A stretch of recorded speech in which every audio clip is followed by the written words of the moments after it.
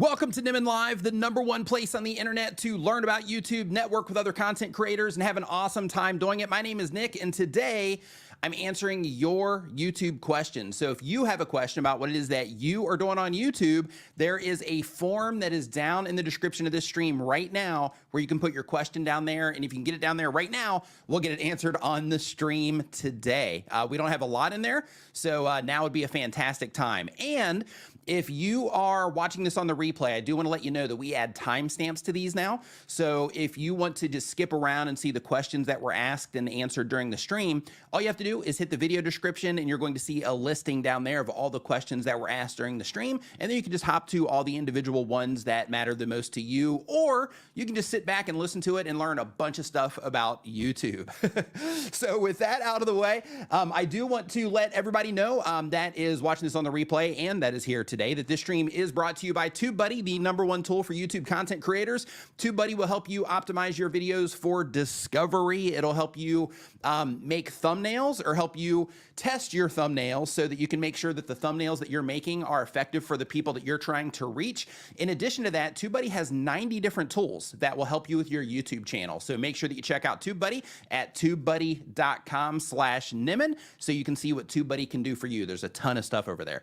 In addition to that, this is co-brought to you by StreamYard, which is the live streaming platform that I use to live stream this every single Saturday at 9 a.m. Eastern. And the reason that I use StreamYard is because it's easy, right? I've been using StreamYard for a long time now, and it has saved my behind so many times because it holds everything open for me in the cloud, right? So when you're live streaming, it's bouncing that stream to a cloud server and then sending it up to YouTube and all the other platforms that you multicast to if you're a multicaster.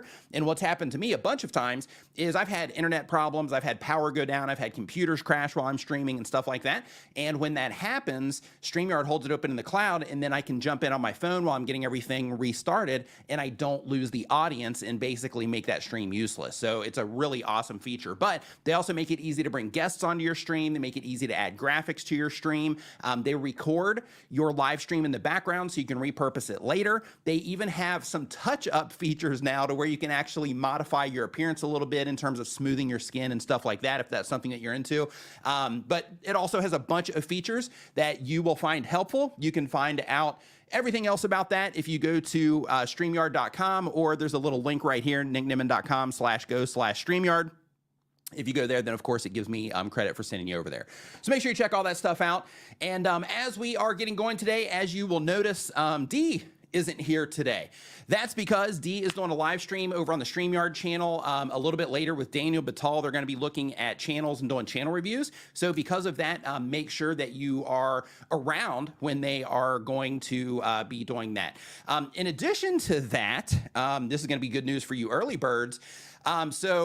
Derral Eves has been kind enough to give us a couple of Vid Summit tickets to give away.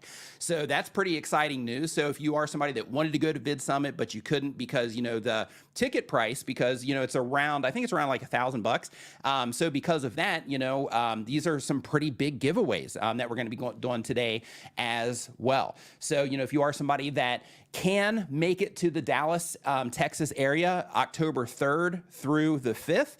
Vid Summit is going to be going on as the #1 conference for YouTube content creators. People are going to be there sharing how they grow their channels and what it is that they do on their YouTube channels, like Mr. Beast, Zach King, Mark Rober, Derral, and, you know, some of the people that he works with, Matt's Off-Road Recovery. I'm going to be there, and a bunch of other people, you know, from the YouTube help space that you probably watch as well. But basically, if you're a content creator, you're serious about what it is that you're doing, you'll definitely want to make sure that you check out Vid Summit. But a couple of people today are going to get a free ticket as long as you can make it to the event itself. Okay, so that's you know, that's kind of the caveat with that. So once we get to that part of the stream today, just make sure that you are you know, available to where you can actually go and, you know, participate at the event, because it's entry into the event, but you, of course, are still going to have to cover like your hotel and however it is that you get there. So if you're in the States, you could walk, drive, whatever it takes, just get there, right? But with all of that stuff out of the way, super excited to be here today. You know, normally I've got D here, you know, kind of running everything. So today I'm a little bit, you know, out of practice before the stream started. I did something here and I'm not sure what I did yet, to where when I hit my buttons, super chat, like the sound isn't coming through now all of a sudden, and I can't figure out why. But hopefully those are coming through on your end. So that you can hear all that stuff to make it, you know, a little bit more, you know, fun. So with all of that out of the way, what is going on? Doug Houston, nice to see you in here. Chantel Hills, what is going on? Nice to see you guys. Jerry Papandrea, nice to see you in the stream today. Little Crafty Nook, nice to see you too. Pixie Dust Traveler, nice to see you in the chat today. Creator Classroom, I hope that you are doing fantastic. And we got a channel named Cute, that's cool. Like to see that as well. Learn Spanish World, what's going on? Hope everybody's doing fantastic. Tiffany, nice to see you here as well. Hope that you are doing great. So let's go, right? Let's get into the content today. So the very first question we have today is from YT. Oh yeah, and you've probably noticed that the setup currently looks a little bit different. So I'm streaming from here. Some of you may or may not know, just based on, you know, how long you've been following my channel and stuff, I have a little bit of a problem with my back. So because of that, this setup over here, I'm in the process of just kind of redoing everything. And right now we're just kind of in limbo with that. So so this whole setup is going to change just a little bit here in the, you know, as we progress through time here. And Tiffany said, "Are you standing?" Yes, I am. But you know, as the stream goes on, I'll probably sit down somewhere along the line. But the very first question we're going to get to is from YT Taco. YT Taco, thanks for submitting your question. I appreciate it. They do mainly fishing content. The goal of the channel is for self-memories and to share with others. The question is, I'd like a quick review or healthy criticism about my channel. So we do not do that here on this particular stream. We used to do it, but it ended up causing, you know, a bunch of people to request the same thing. And then we ended up, you know, streaming for, you know, like 7 hours and longer in order to fulfill all of those. So because of that, you know, we don't do those anymore. But if you want to go subscribe to the Tube Spanner YouTube channel, I do channel reviews over there. You can find a link to that if you go to my community feed, because I have, you know, one of the posts over there. Next up on our list, we've got King CMC TV, been on YouTube for 1 year or more. They do gaming content. The goal of the channel is to monetize, to make some moolah. And the question is, I got 1,000 views on my shorts, but my live stream, I get 50 to 80 views after my stream. I know there are 2 different form of videos, but should I title my live stream like my shorts? For example, Apex Gameplay Live to something like these, Amazing Gameplay with Octane. You can do either one. Like the whole idea when you're, you know, setting up your live stream and you're optimizing everything is you want to think about who it is that you're trying to reach. And then think to yourself, okay, if I'm trying to reach people that are into, you know, Apex, then in that particular case, I need to make sure that I'm using some Apex imagery in my thumbnails. I need to make sure that I'm using Apex somewhere, you know, in the title. And the whole idea with that is to help people be able to recognize that it's something that they care about. So then if they see it, they can come into the stream if they're interested in that. But with that, you also want to make sure that you are being, you know, compelling. You don't need to be like overly sensational or anything, but you do want to make sure that you are being, you know, compelling, because you want people to click on it. But informational, just as a starting point, is perfectly okay, right? Like if you're just getting started and you're like, hey, I just need to write a title to help people identify this, and that's what I'm going for, then in that case, just going informational is fine. But what I recommend is, you know, all these, you know, like TubeBuddy, Tube Spanner, Chat GPT, like there's a lot of different options for you now in terms of where you can, you know, just drop in titles and just see if it can give you some different title ideas. And then, you know, you can either pick the one that you're going to roll with originally, or you can say, okay, let me run it through some of these things, some of these tools, and see what it spits back in terms of, you know, trying to make it compelling. So hopefully that helped. Next up on the list here, we are at question number 3. Sam is how you say that in Thai, for those of you that probably don't care. The channel name is the Dream Builder 21. Dream Builder 21 does daily content, been on YouTube for less than 6 months. They have an automotive channel. The goal of the channel, hey, really quick, I forgot to mention, so there's been some major updates to YouTube, or they are doing a major update. We're in the process of it all rolling out as we're having this conversation right now.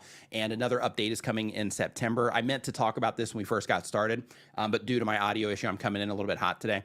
But basically with that particular link update, one of the things that they're doing is they're removing, if you're a shorts creator, if you didn't watch the video about it, it's on my channel, so you can go, you know, get the details. But just as a quick quick recap for everybody that's hanging out here. So if you are a shorts creator, or if you just upload shorts, from your channel in any capacity, if you add any links to your comment section or you add links to your description, those are going to become unclickable as of August 31st. So because of that, you want to make sure that you stop adding links there, and that you try to drive people to your YouTube channel page instead. And the reason for that is they now are rolling out to viewers. We have it as content creators to where we can go ahead and set it all up, but viewers are like different groups of viewers are getting access to this, as we're having this conversation. But basically, it should be fully rolled out, I think, by August 23rd or August 25th, something like that. But the idea is that when people go to your channel page, you have links that you can set up there. We get 14 links on our channel page now, and they put the button essentially to that front and center, right there underneath your little bio that you have when somebody lands on your channel page. So when people click on that, what's going to happen is there's like a little slide up here. I can just show you. I can just hold it up here and just show you guys what's going on for those of you that aren't aware of this yet. So, and then we'll get right back into the questions. I just got to make sure that I, keep you guys up to date on this stuff too. So, so basically, how it works is I have a few different links that I put right here, and then I just tap on one of those links, and then you can see that slide up that happens, right? And then with that slide up, I'm just using a handful of links there, but we get the option to add up to 14 different links, which is pretty cool. So instead of having people going directly, to your description in your YouTube Shorts, instead the workflow for that, the preferred workflow, is to send people over to your channel page, which one is going to show them the other content that you have, which is a win there. Like that's something when people are complaining about this, that's one of the things people aren't thinking about, because everybody's like, Nick, I'm having such a hard time getting people to go from my shorts to my long form content, right? Well, this is going to help people get over there. This is also going to train viewers over time to start going to people's bio or their channel pages more and all that stuff. But anyway, the idea is that you want to take people from your YouTube Shorts, drive them to your channel page for any links that you are, trying to, send them to or get them to click on. Let's see here. So next up on the August 28th for viewers. Thanks for that, Renee. Super appreciate it. And he said, if you have one link, it's a direct link. Multiple links, it pulls up the list. Yeah, some additional clarity there as well. Thank you for that, kind sir. So next up on the list here, as we keep on going. Oh, and one more thing, right? You can tell I came in hot today, right? So one more thing as well is, as part of that, because I know on Reddit there was, a handful of people that posted about this, and some people were like kind of negative about it because they didn't understand that YouTube was having like a fill-in feature when they were taking away those links, or a couple of fill-in features. So basically, for the links that you're putting in your descriptions, you would put those over on your channel page, and they are adding something called content links to YouTube Shorts. So for those of you that are Shorts creators, this is huge, because another problem that we've had as content creators is how do I get people to go from one of my shorts to one of my long form videos, that's related to this short or to any video on my YouTube channel. And because of that, typically the way would be to send people down to your comment section or into your video description. But now they're giving us the ability, and this is rolling out next month in September, but they're giving us the ability to link to any video on our YouTube channel that is public or unlisted. If it's private, of course, we can't link to it. But if it's a public or unlisted video, we're going to be able to link to it. So because of that, this is, one of the bridges that everybody's been waiting for getting people to go from shorts over into your long form content. So just wanted to make sure that I shared that with anybody that wasn't aware of that or just didn't get a chance to watch the news video yet. Daniel Batal in the house. What's up, dude? Hope that you are doing fantastic. Nice to see you in here. Good luck on the stream that you guys are having a little bit later with you and D. He says, so many changes. I've been busy this morning changing my channel art because that big arrow pointed someplace else. Yeah, for like the hit subscribe here, right? Like all the channel art, stuff bringing attention to that area. Yeah, everybody's gonna have to redo their channel art. It's kind of funny. So let's keep on going here with this channel. Okay, so the Dream Builder 21 is the name of the channel. Daily content, less than 6 months is how long they've been on the platform. It's an automotive channel, and the goal of the channel is to entertain people with my projects, to distract them from their day. And the question is, how does someone who wants to sponsor you reach out to you? Typically, it will come through your About Me page. So what you want to make sure that you do, and most creators do this, but sometimes it's just a small thing that people overlook when they're setting up their YouTube channel because, you know, maybe they're setting up on a mobile device and maybe they just don't see it, or maybe they're just excited to upload their first video. So they just kind of do the basics and then they, you know, publish their content. But what you need to make sure that you have is on every YouTube channel, on the About Me page, there is a button that people can click for business inquiries. So what you want to do is you want to make sure that you have an email there, and you can find this in your YouTube settings, where you can, if you go into your basic info under customization, you'll be able to add this. So the path to that is your creator studio, and then customization over on the left-hand side, and then basic info is the third tab over, I believe. Click on that, and then you scroll down the page, and you're going to see the option there to add an email. Now, quick tip for you. First, make sure that you add that if you haven't yet, so that if somebody does want to sponsor you or collaborate with you, they can reach out to you through that. But also, as a little quick tip, make sure that you're not using the same exact email, and this is just a security measure. Make sure that you're not using the email that is connected directly to your YouTube account. And the reason for that is just because, one, that's just one more step away if somebody is like trying to get into your YouTube account or something like that, in terms of, you know, extra work they're going to have to do to try to figure out the email that's connected directly to your YouTube account. Hi, friend Chris. Thank you for the super chat. I appreciate it. And let's see here. There was, let me click into here. Okay, there we go. So, and I'm worth it. Welcome to the Niminati. It's funny, I can't hear this, so I gotta watch the meter. There we go. Welcome to the Niminati. Make sure when you get the chance, I think you're already over there, but just to be on the safe side, make sure when you get the chance, you go to niminvip.com. It's going to redirect you to our members only Facebook group. If you can do that before the stream is over today, I can get you in there as soon as the stream is complete. Okay, so next up on our list, we've got number 4, we got Us Plus Dad is the name of the YouTube channel. They've been on YouTube for less than 6 months. They do Roblox gaming and role play content. The goal of the channel is to create an interactive Roblox community. And the question is, we started our channel on May 1st and we're about to hit 16,000 subscribers. Congratulations. That's huge. Like, just so you know, like, that is a fantastic start. It says, it feels like we're just scratching the surface of our possibilities. Absolutely, you are. We just purchased Vid Summit tickets for my wife and I. Not going to lie, it seems intimidating. So the question is, what advice would you give when it comes to interacting with fellow creators? Thanks for all that you do. So first off, with, you know, you automatically getting that, not automatically, but you getting that momentum right out of the gate, you are going to get just massive amounts of value out of Vid Summit because you're already in motion. So because of that, you're going to be able to take that information and then take, you know, all the stuff that you learned from Vid Summit, apply it to what it is that you're doing, and just kind of accelerate things. So like, you're going to learn a ton. So when it comes to interacting with fellow content creators, one of the things that I want you to know about Vid Summit is when you go there, like, and I understand this because, you know, when people have new YouTube channels, a lot of times the way that they are thinking about other content creators is they'll be like, oh, well, you know, I've got, you know, 1,000 subscribers on my channel, but, you know, that person over there has, you know, 2 million subscribers on their YouTube channel. So I'm like a little bit intimidated or whatever. But just remember, everybody is another person just like you are. They're just at a different place in the journey, and everybody there understands that. So the conversations, like when you know, go and you introduce yourself to people, or you just, you know, join circles of people that are just standing there, you know, talking about YouTube, or you sit down on, you know, a sofa in the hotel lobby with other content creators that are sitting there talking about YouTube. Nobody's like, hey, what's going on? Before we let you in this conversation, how many subscribers you have, right? Like, that's just not a part of it at all. Like, the way that the whole thing is set up, and just the approach that everybody takes is, with that particular conference, it's like an industry conference. It's not like VidCon, for example, where it's more like fan-based. It's more of like, you know, just like peers. So because of that, the question of like, hey, how many subscribers do you have? It hardly even comes up at all, if at all. So, you know, because of that, just be comfortable. Just approach people, you know, just like you would. Ask them, hey, you know, what's your channel about?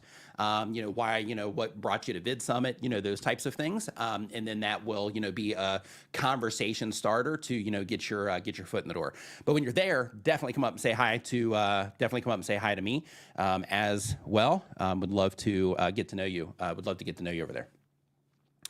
So, and Lil Crafty Nook says the social aspect, what'd she say, is worth it all. Absolutely. And one of the cool things is like, you'll learn a lot, from everybody that's on stage. But in addition to that, like just the conversations that you're having with people like in the hallways and stuff, like, there's a really good chance this happens to a lot of people that you get like the value before the event even starts. Like when everybody's, doing like the registration and like the night before when everybody's having like the meetups and stuff, like a lot of people will get like the full value out of it there. And then everything else is a bonus. So it's incredible. So I'm glad that you're going.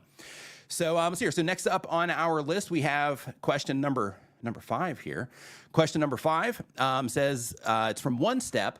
The upload schedule is every other day. They've been on YouTube for 1 year or more. They do fighting games. The goal of the channel is to turn their skills and knowledge into a profitable and fun career. The question, good morning, my dude. Good morning, my dude. Says, hey, let's say hypothetically, I had like 40 shorts ready to upload and go, and I'm constantly getting more made. How many could I upload in a day? Like, is there a limit, a rule, or anything about how much you can upload when it comes to shorts? Like, would uploading none cause them to perform, or would uploading more cause them to perform worse? Or does upload cadence even affect performance? Thanks for all you do. So when it comes to uploading to YouTube Shorts, I'm not sure if there's a daily limit, to be honest with you. Like, I know they let people upload a lot of shorts, but I'm not sure what the actual cap is on how many that you can upload every single day. One thing that I would do though is I know that you have a lot of shorts ready to go and that you also have a lot of, shorts that you're going to have made. But just like, your regular YouTube content, I would get on a schedule of some kind and just stick to that schedule and just say, okay, I'm going to do like, 3 a day or, 5 a day, whatever the thing is. And just make sure that you give yourself enough build-in time. And by doing that, you're going to release the pressure of like, hey, the clock's running out. I got to have a bunch of stuff, ready to go here, by 3 days from now, right? So just kind of relieve some of that pressure, and then that will allow you to kind of build the queue out of content so that you can make sure that you stay consistent for a very long time on your YouTube channel.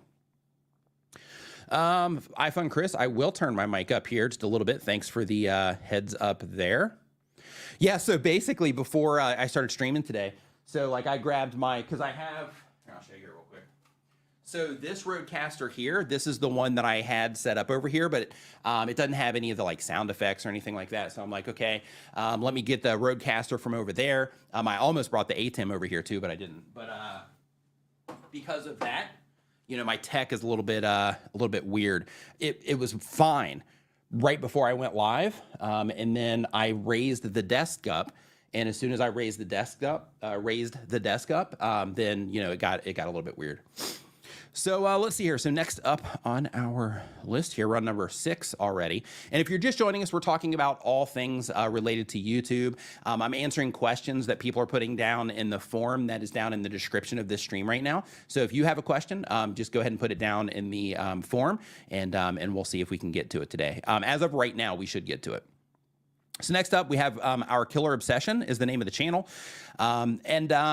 Someone said, where's D today? Greenyard says, where's D today? So my brother, D, and Daniel Batal are doing a live stream on the StreamYard YouTube channel here in a few hours. So because of that, D is hanging out, at the studio there so that while I'm finishing this one up, they can be getting ready for that one without any like overlap or, anything like that. But One Killer Obsession says they upload 1 time per week or more. They do true crime content. The goal of the channel first goal is to monetize. And the question is, why don't our videos seem to get views? We get low views on our videos, and our last few shorts got at most like 5 views. Are we doing something wrong? So when it comes to getting views on your YouTube videos, the very first thing to remember is that, you are making content for other people. And I'm sure, that's something that you're, aware of already. But because of that, a lot of what it is that a lot, like everything that you're doing comes down to how people respond to the content that you're publishing. So the very first thing that you want to do if you're not, getting any activity at all, is you want to go and just confirm that you're getting impressions from YouTube. So for those of you that are new to YouTube, or if you just don't know what that means, what an impression is an impression is when YouTube shows your content to somebody somewhere on the platform.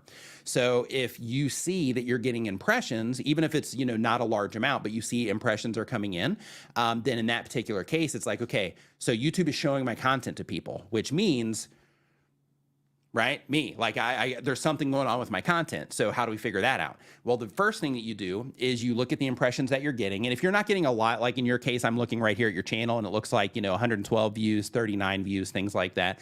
So because of that, you're not really going to get much information on your click-through rate. However, if you do go in and you see that you have like an extremely low click-through rate, and for reference, the average on YouTube is between 2 and 10%, 2 on the low end, 10% obviously on the high. But basically what you want to think about there is, if you are getting, a decent amount of impressions, then in that case, you can look at your click-through rate and see, are you able to get people to click, right? That's step one, because if they don't click, then nothing else can happen after that in the chain. So you have to make sure that you are, getting those clicks. And then from there, you can actually go deeper by going into your traffic sources report on your YouTube channel and your analytics. And in your traffic sources report, it will actually show you your click-through rate compared to the impressions on the different pages of YouTube. So you can see, home pages, how people are responding, YouTube search, how people are responding, suggested videos, how people are responding. And it just gives you context on, that particular part of it in terms of getting people to click. And with this, we're talking about your regular, I keep saying regular, but I'll just say your long form videos. And then from there, the next thing you have to look at is you have to look at if, people are clicking, even if it's just a few people, then what does my audience retention reports look like? So for every video that we publish to our YouTube channel, YouTube gives us a report that shows us second by second how people are responding to our content. And you actually have a drop down there where you can change it to compared to other videos, and it'll show you how people are responding to your videos compared to other videos of similar length on the platform. So what you do is you use those particular tools to start figuring out, like, okay, is it the content, or is something up with YouTube with them not showing my content to people, or like what went on? And like 99.999% of the time, YouTube is showing the content to people. It's just the content creator is having trouble getting people to come in, or once they come in, they're having trouble, getting people to watch for, a competitive amount of time, or maybe they are watching for a little bit, but then, they're abandoning the video quickly because you're trying to send them to a website or something like that. And, a lot of people end up, leaving, because of that. So, there's all these different variables involved. So those would be the first things that I would look at. And then when it comes to your shorts, similar thing goes in terms of your retention. So, when it comes to your shorts, like you don't have to worry about, getting people to click because YouTube is showing your shorts to people anyway. Like when they just slide up in the feed, right? Like it's not like long form content where somebody has to make a conscious decision to come in and watch your videos. So instead it's like, hey, I'm on my phone, and then like, whoop, there you are, right? So, so there, the same exact thing applies, where you just want to make sure that you are looking in your retention reports there and seeing, if a lot of people are sliding away. So YouTube gives us a stat that actually tells us, are people watching or swiping our shorts? So you want to go and you want to look at that as well. And if, you have tons of people that are just swiping away, then that tells you that, like, okay, well, maybe we need to do something a little bit different with the content. Maybe we need to do something different with our intro to hook people a little bit better. Maybe, when we're starting the intros of our shorts, maybe we need to do something there to grab people's attention for the, people that we're trying to reach. And you basically just start at that entry point of, as soon as my content slides up in the feed, what happens, right? Like, what is it that the viewer is experiencing there? And one thing to think about too is if you are having difficulty in shorts, sometimes if you're making content and then you're repurposing some of your shorts into, or repurposing some of that content into shorts directly out of the long form, in some cases, because that content wasn't designed for the short shelf, in some cases that can actually, it can not perform well just because it's not an appropriate piece of content for the short shelf. It might get in front of like a handful of people, but if it's not actual, like content, then in that particular case, it can, cause people not to respond well to it. So just make sure that you are keeping that in mind when it comes to your shorts.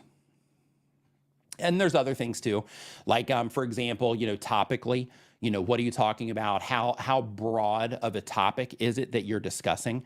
Like what exactly is your sharing? What exactly are you sharing? How are you, optimizing it to bring attention to it?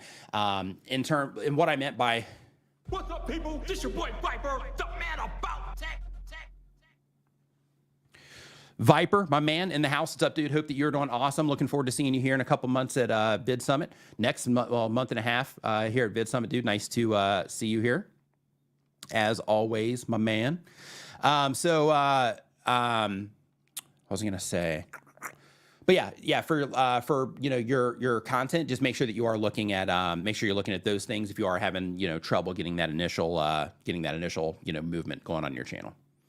And another thing too, you said your last few got no views. Yeah, those are things where you also have to look at and think about, topically, right? Like, okay, if we're talking about, this specific thing, like, what percentage of the people that I'm trying to reach with this, or our target audience, what percentage of those people would be interested in this particular topic? Like, are you going super narrow in terms of, the accessibility or the interest in that topic for the people within your niche or interested in your niche? Or is it more of a wide topic or a more broad audience topic within your niche? Or is it just total broad audience, right? Like these are things that you gotta make sure that you're considering if you're not getting a lot of views.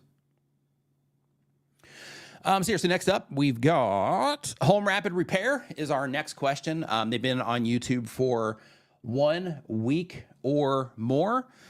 Sorry, they upload 1 time per week or more. They're probably like, what? I'm on YouTube way more than 1 week. Anyway, home improvement is the type of channel. The goal of the channel is to become a trusted source and help people and profit someday. And the question is, thanks for your help. We just got into the YouTube Partner Program. High five and fist bump to you. Nice work. Says that if we start weekly live streams to answer home improvement questions, should we space them out from our normal weekly videos? I would. That's typically a practice that I like to do. I experiment a lot in terms of like publish days and stuff, but like one of the things that that is helpful on YouTube, just in general, like all of you guys should be doing this, is picking a day of the week or, whatever your upload schedule is, and try to get as rigidly consistent with that schedule as you possibly can.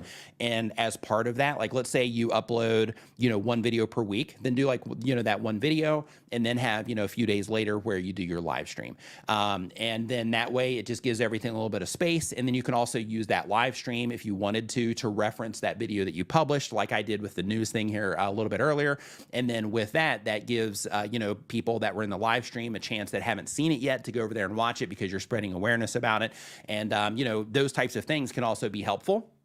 Because like with my AI video, for example, we had a live stream that we did that day, and I changed the thumbnail right before the live stream. And then I also, let people know about it, during this live stream. And then, right as all of that was happening, that got an extra, kick, so to speak. So, doing a live stream and having a little bit of space there, if you're publishing like once a week or even twice a week, and just kind of spacing everything out, it gives you the opportunity to just, be jumping into people's minds and their recent viewer history on a regular basis. Because, one way to think about this is if you publish Monday, Tuesday, and Wednesday, let's say you have 2 videos in a live stream, and you publish Monday, Tuesday, and Wednesday, all of those long term could do fine. But the thing is, for people coming back and watching the videos, you're basically asking them to watch your video every single day and then kind of forget about you, for the rest of the week, for the people that are most engaged in what it is that you're doing. But if you space them out a little bit, then that way it's like, oh, hey, another video. Oh, hey, I haven't seen them for a few days. Oh, hey, they're on a live stream. Let me go in and hop into that. So it just kind of gives you, a little bit more of like a cadence, and just keeps you fresh in people's, minds, which, can be advantageous. So next up on our list here, we've got, we did that one already. We've got Circle H Scuba. Circle H Scuba updates 1 time per week or more.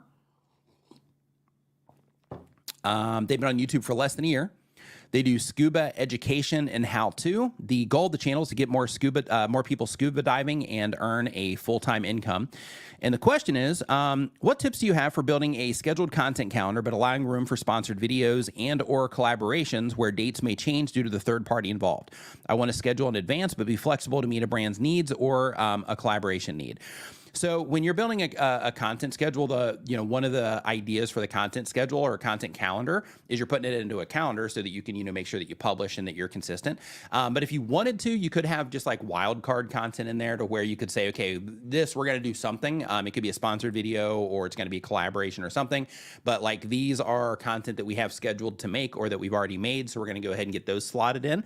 And then for any of the wild card stuff, like, piece of sponsored content or collaboration video or something like that, then you would just identify it as that. And then, you would just keep an eye on it, make sure you can fill in that blank. And then if not, I would have some additional content that you can have, like on the side, so to speak, or that you've pre-made, to where if those things don't come to fruition by the time you get to that point in the calendar, then you do have like a fallback video that you can drop in there, or you can go live, or, something like that to kind of fill that gap, but just have those spots in your schedule for just like miscellaneous, right?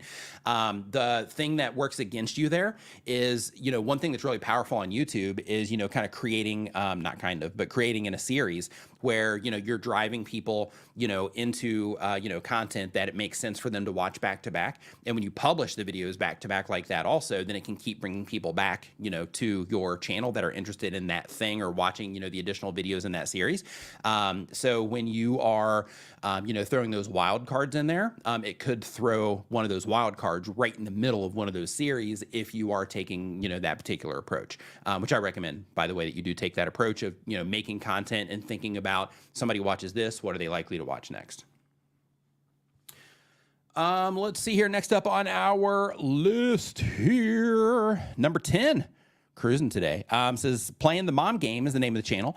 They do decluttering, organization, and lifestyle content. The goal of the channel is a creative outlet. Current goal is to monetize with the partner program. Question says, I have only 23 videos so far. A lot of videos, by the way. 23 videos is no joke, right? Be proud of yourself. So far, in a few playlists, and some of the videos are in multiple playlists. When someone sees a playlist on an end screen, it seems like the thumbnail of that playlist is usually the first video in the playlist. Is that always the case, or is YouTube smart enough to know if the viewers already watched that video and then display a different thumbnail? The same question goes for once the person clicks into the playlist, does YouTube show them videos that they already watched? Yes. So playlists are not like a recommendation feature. Playlists are a way that you can like group your content together based on, different things that you're doing. So, for example, if you were, making videos about, Mac computers, then in that particular case, maybe you have a playlist on, accessories, right? For like one of the computers. And then let's say, one of the other ones is like, one of your other playlists is like comparison videos, like, Mac Mini versus Mac Studio, MacBook Pro versus MacBook Pro 16 M2 versus MacBook Pro M1 14, like that kind of stuff. But when you have all of those in a playlist, they are sorted by you. Okay, so you can set up playlists to where it'll automatically put the most recent video at the top, and then that way it makes it automated and hands off for you. Or you can manually sort, and you can put videos wherever it is that you need them. Now, just as a tip for you, one of the things that you can do when you are sharing the playlist, if you go into the playlist itself that you're going to be sharing, and then you click into the video that you would like that playlist to start at. So like, let's say, for example, this stream that you're watching right now, let's imagine that I put this into a playlist, and if I was driving you into that playlist, then in that case, I wouldn't want you to see this one, right? Like I wouldn't want this to be the first one that you dropped in on. So because of that, what I would do is I would go into that particular playlist on my channel page, and then I would click on the second video that isn't this, and then I would use that link. And then what happens is in the actual address bar, YouTube puts like a, I think it's like equals index 2 or something like that, or index equals 2, something along those lines. But basically what will happen is when people click on that, it will default them down to that next video instead of it being that, recent video that you published or that video that, you made that you're sending people into that playlist for. Next up on our list, I'm going to answer this one really quick just from the chat. It says, hey, what's the best time of the day to post a video? What you want to think about there is you want to think about the people that are interacting with your content, the people that you're targeting. You want to think about, like the initial group of people that you're trying to reach. Like for me, because, my first demographic that I like to hit with my content is over in the US. So because of that, I usually publish my videos early in the morning, East Coast time. And then that allows me to ride the wave, all the way across the country and then, take it around the world from there. So when it comes to that, just think of that. Also think of the lifestyle that the people that you're trying to reach would be living. So for example, the easy one that I like to give people in terms of examples is like, let's say that you are somebody that is with your content, let's say you're targeting like single parents. Well, in that particular case, if you publish at like at a time when, all of them are busy getting their kids ready for school and, things like that, then in that particular case, the initial response of that might not be fantastic because they won't be able to watch it until later, right? But one thing to keep in mind, two extra things I'm going to tell you here is one thing to keep in mind is that the initial performance of the video does not always dictate the long-term performance of the video. So when you publish something, even if it doesn't do that great right out of the gate, sometimes, it can do really great later.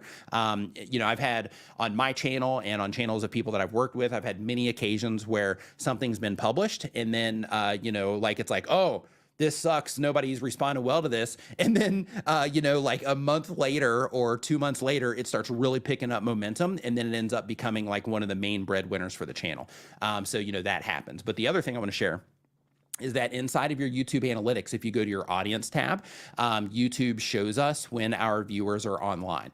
So one thing that can also be helpful is publishing right as your viewers are coming online. And then as more and more of them are coming online, then, based on how the others are responding to it. So it's, that's always the rule, but based on how the other people are responding to it that are seeing it first, then a lot of those, people are going to get recommended it as well if people are having a good experience with it. So let's see here. So next up on our list, Doug says at 7:47 on a Thursday. We got Learn Spanish World. Learn Spanish World says that they upload 1 time per week or more. They do educational content. The goal is to provide value to my community by uploading well-structured Spanish lessons while I work hard in order to become a full-time YouTuber. The question is, I've been battling a lack of motivation. This happens. Work has truly burned me out, and this has affected my weekly uploads, which are now 1 video every 2 weeks. Any advice? How to overcome lack of motivation and how to regain some energy. I'm flying to South America and will be experimenting with travel Spanish vlogs. Hopefully I'll be able to edit while overseas. So what you're doing right here is a great way to kind of help with that, just doing something a little bit, different, because then, you're kind of re-inspired, right? Where it's like, you're not doing the same old thing, so that can be extremely helpful. In addition to that, like one thing that I find to be good for motivation is to, just have a really strong purpose for what it is that you're trying to do. So one of the things that you have here is, trying to become a full-time content creator. So in that case, if that's not working, then that isn't, enough motivation. So because of that, see if you can direct it towards other people and see if that'll do the thing. So for me, one of the things that helps me is I've been fortunate because of, my channel and stuff. I've been fortunate to have people tell me that like, hey, because you published this video, I watched that video and then, I was able to make changes and now things are great and all that. So I've had that opportunity. So like the specific words that they used was, because it was something along the lines of, because you decided to publish a video that day, YouTube recommended it to me and I watched it.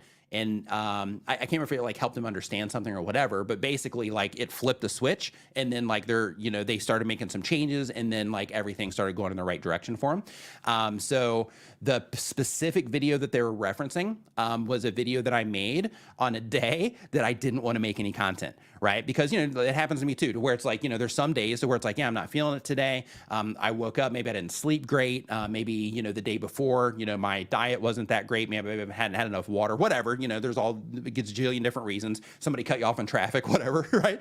But like, there's those days where you just don't want to do it. But if you can have that reason, that why, to where it's like, hey, if I publish this, like in your case, because you're teaching people Spanish, if I publish this, then I might be able to impact someone in a way to where they're going to where maybe something will click with that person and then they will have a better command of the language and be able to apply that to other aspects of the language, which will help them be able to travel easier or maybe help them to, find, a significant other or, whatever the thing is.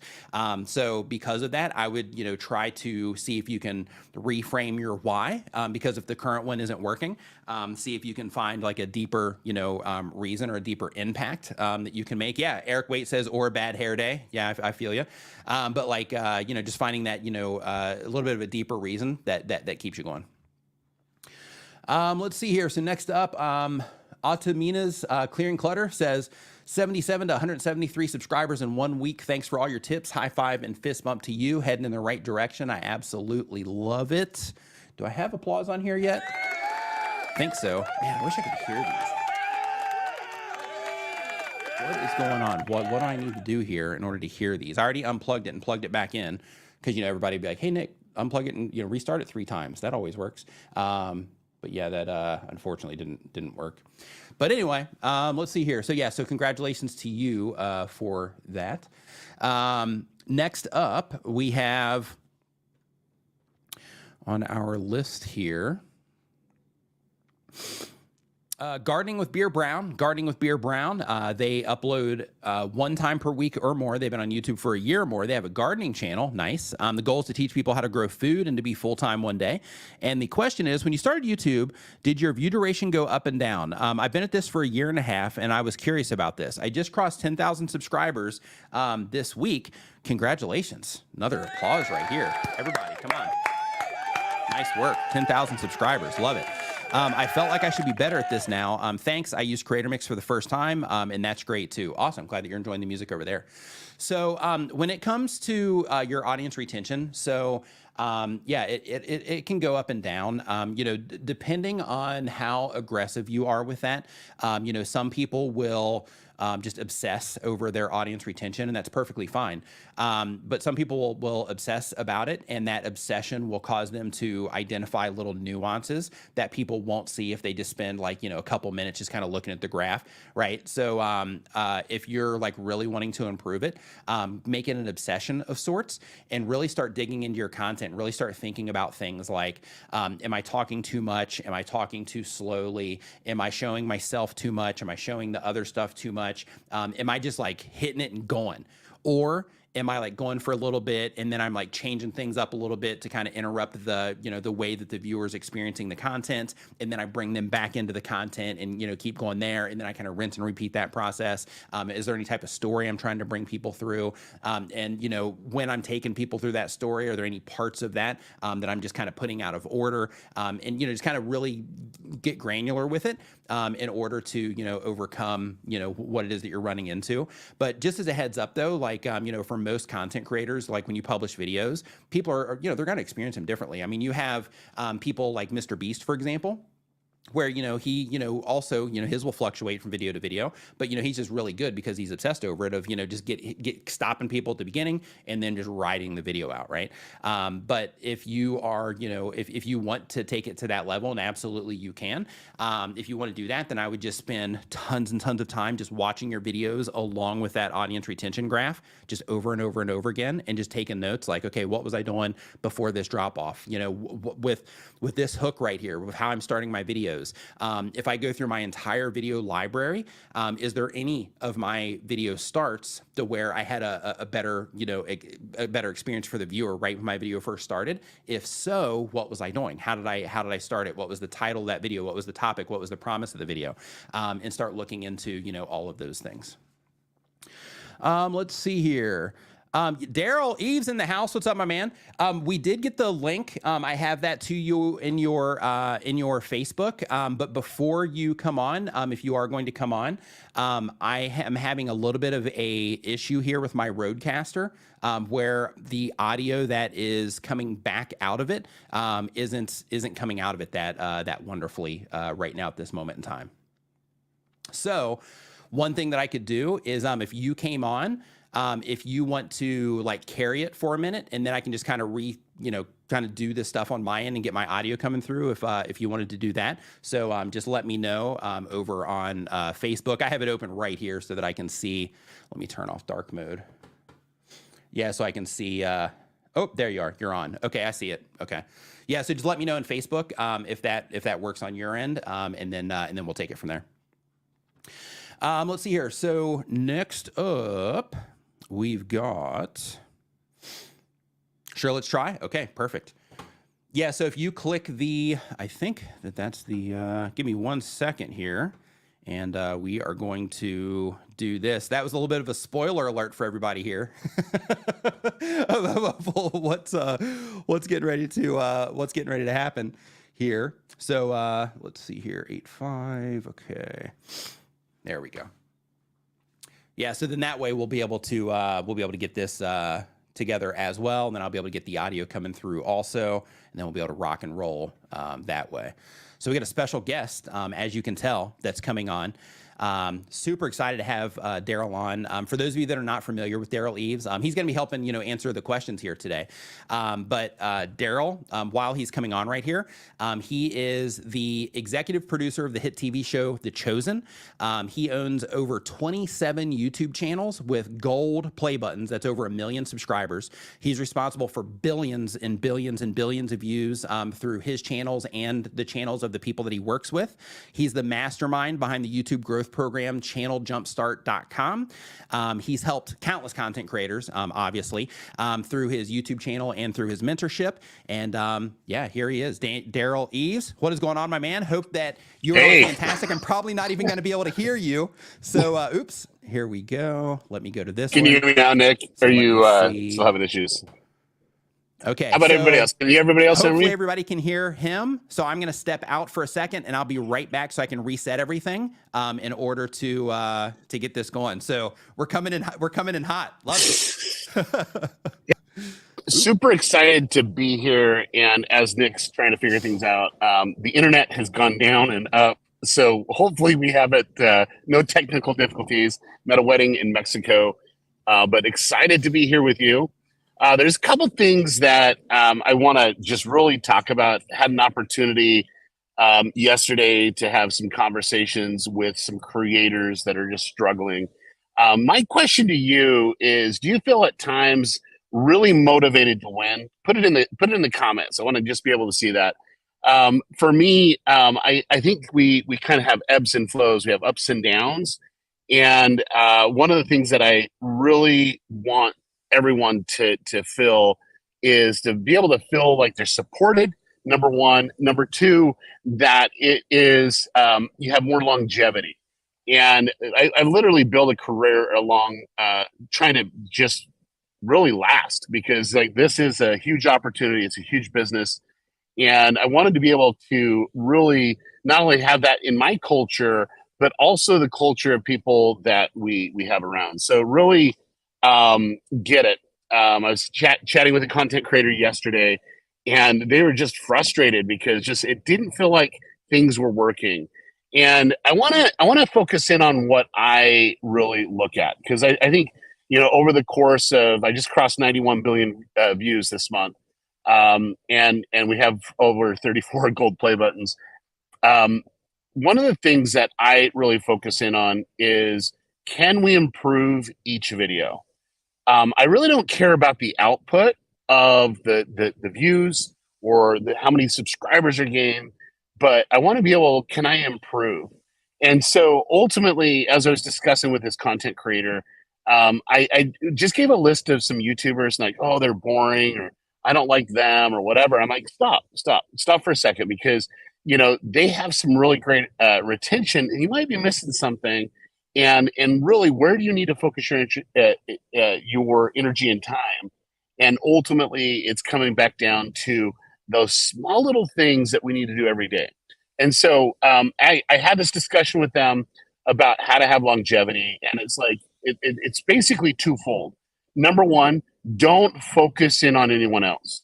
Don't focus in on competitors. I don't believe there is competitors. I think the only competition is yourself. And the second thing is, focus in on the metrics that matter. I know that a lot of people focus in on views, and that's the way that they gauge it. For me, I want to be able to see, did I create a piece of content that brought value, and how was that value translated in views? And so that's really, really important. So Nick, hopefully you have some audio right now. I can't hear you though. I can't hear you. Are you unmuted? There we go. It should be all right now. There we go. Got it. All right. Woo. We are there. Okay, so I don't know if you heard a word, but I was talking about where to focus. Like, focus your attention that you have control over. Don't worry about other channels and you're trying to compete with them. Just compete with yourself, and then really look to bring value in the videos. Like I always like to figure out, how do I get people to click? And then most importantly, this is probably the big one that most people don't talk about, is I try to figure out, how do I get people to share? And if I can get them to share, that creates a feedback loop. And then ultimately, when you have content that really connects, they're thinking of 2 or 3 other people that they actually want to share that with. So Nice. So on the sharing side, what advice do you have for content creators that are trying to get more people to share their content? Yeah, my big thing is I come up with the idea for the video. So what is the idea for the video? If I don't have the title and thumbnail where I feel like it's a banger, I basically pass on it. And so, the idea for the video, title, thumbnail, and then believe it or not, it's not even the hook that I focus in on. I'm thinking, what do I want people to take away? What is the shareable moment in the video that people are going to go, oh my gosh, did you see that? And then want to talk to other people, or oh my gosh, this really resonated with me, and I need to send it to Johnny because Johnny is feeling the same way I do. That's where I really focus in on, is what is that shareable moment that content creator, or I'm sorry, the viewer is going to experience. And then when I feel good that I was like, okay, everything's good on the title, thumbnail, everything's good on that shareable moment, how am I going to pull people into the story? And that's kind of the process that I go through 100% on content creation. Nice. And one thing I forgot to add when I was bringing him in, because I was kind of in panic mode, if I was honest, he's also the author of YouTube Formula as well. So make sure you check this out. Also, you can get this on Amazon, and you'll learn a lot from this also. So, Derral, man, you ready to, since we're I'm just going to do a fresh start here. So you ready to answer some questions today? I hope you're doing awesome. Let's do it. I'm so excited. So glad it's working out. So the next question is from Iku, the Variety Gamer. They do a gaming Let's Play channel. The goal of the channel is they are a passionate gamer, and they like to share that passion with others. Also, they would like to make a living from content creation in the future. The question is, I mainly make long-form Let's Play videos, currently rendering a video right now, and I was wondering if I would start streaming a game that I'm spending a lot of time on at the moment called Warframe. It's not the same realm of other long-form vids, so would it hurt my channel? So the way that I like to look at content is, why are people watching your videos? Are they watching it because you play a certain game, or are they watching it because of you? Because I think at the end of the day, people are coming back. And what we want to do is create an audience that cares about you and the content you're creating. Because the reason why we want to do that, and that's eventually the goal of everyone, is so that when they see something, they'll click on it regardless if they want to do it or not, because they're supportive and they want to see, hey, what's actually going on, instead of saying, I don't want to watch that video. I'd rather spend time over here on this other channel. And so ultimately, I get really weary on making big leaps when it comes to a YouTube channel. What I want to do is small tweaks. And so one thing that I teach and preach, not only in the book, but also my students in Channel Jumpstart, is to experiment. What we need to do is okay, what could be something that we could actually bring into a video that can bring value? It can be engaging, it can be fun, but it's not it's very lateral with the content that we're creating. The only difference would be maybe that's not the same title from there. So I would basically look at, what can you do there? There might be a way you can actually introduce it earlier to do a compare and contrast with the current game, Let's Play, and the other ones, and you're just doing it to see, hey, is this something fun? Is it something that we want to explore together as a community? That's what I would look into for sure. Nice. Yeah, another thing too that I like to recommend as well is, we have our community feed, and that's a great way to just start kind of polling people on different games and things like that, just asking, questions of your community. And that's also, a way that you can kind of stem over into something else as well, to where it's hey, let me try to broaden out. If I'm playing one game and I feel like I'm in a rut, then in that case, just start asking people, about other games, things like that, to see if you can, kind of have some type of crossover on other games that they, that they're interested in playing or watching you play. Next question that we have is from Trying to Learn Bikes, and that's TR, I think it's Ryan, but trying, to learn bikes. Pretty clever. Got it. They do motorcycle maintenance content. The goal of the channel is to help people perform DIY motorcycle maintenance. And the question is, would you recommend occasionally changing the channel banner and look and layout to be fresh, or is it a better idea to remain with a consistent look and brand feel?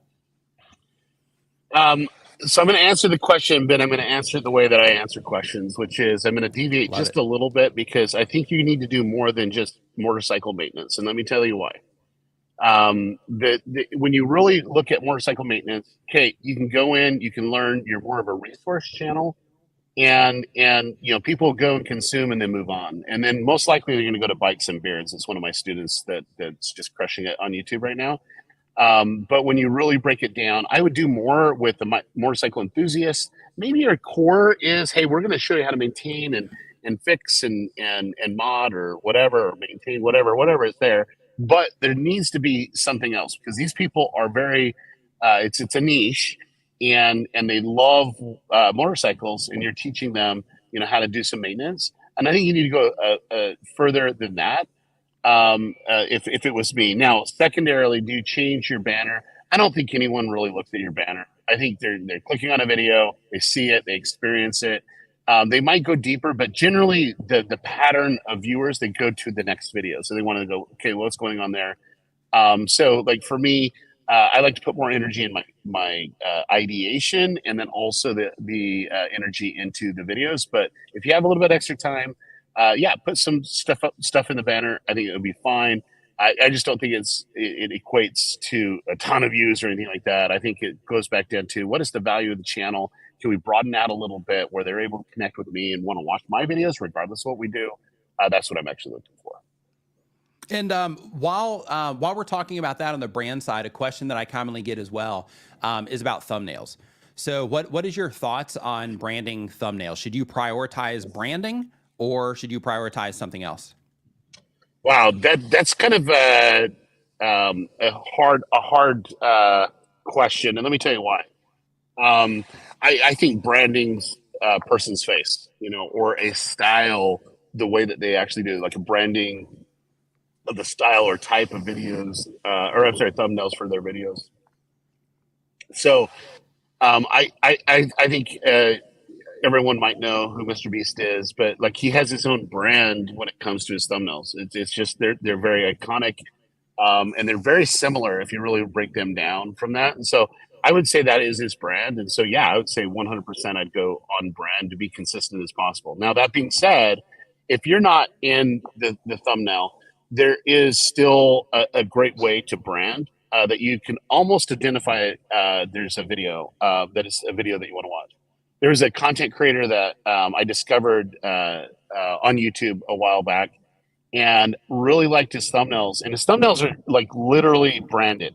Has nothing with his image on it. Has nothing with a logo or anything like that. But it's very specific colors. It's done in a different way that I'm like, oh, that's a Dodford video.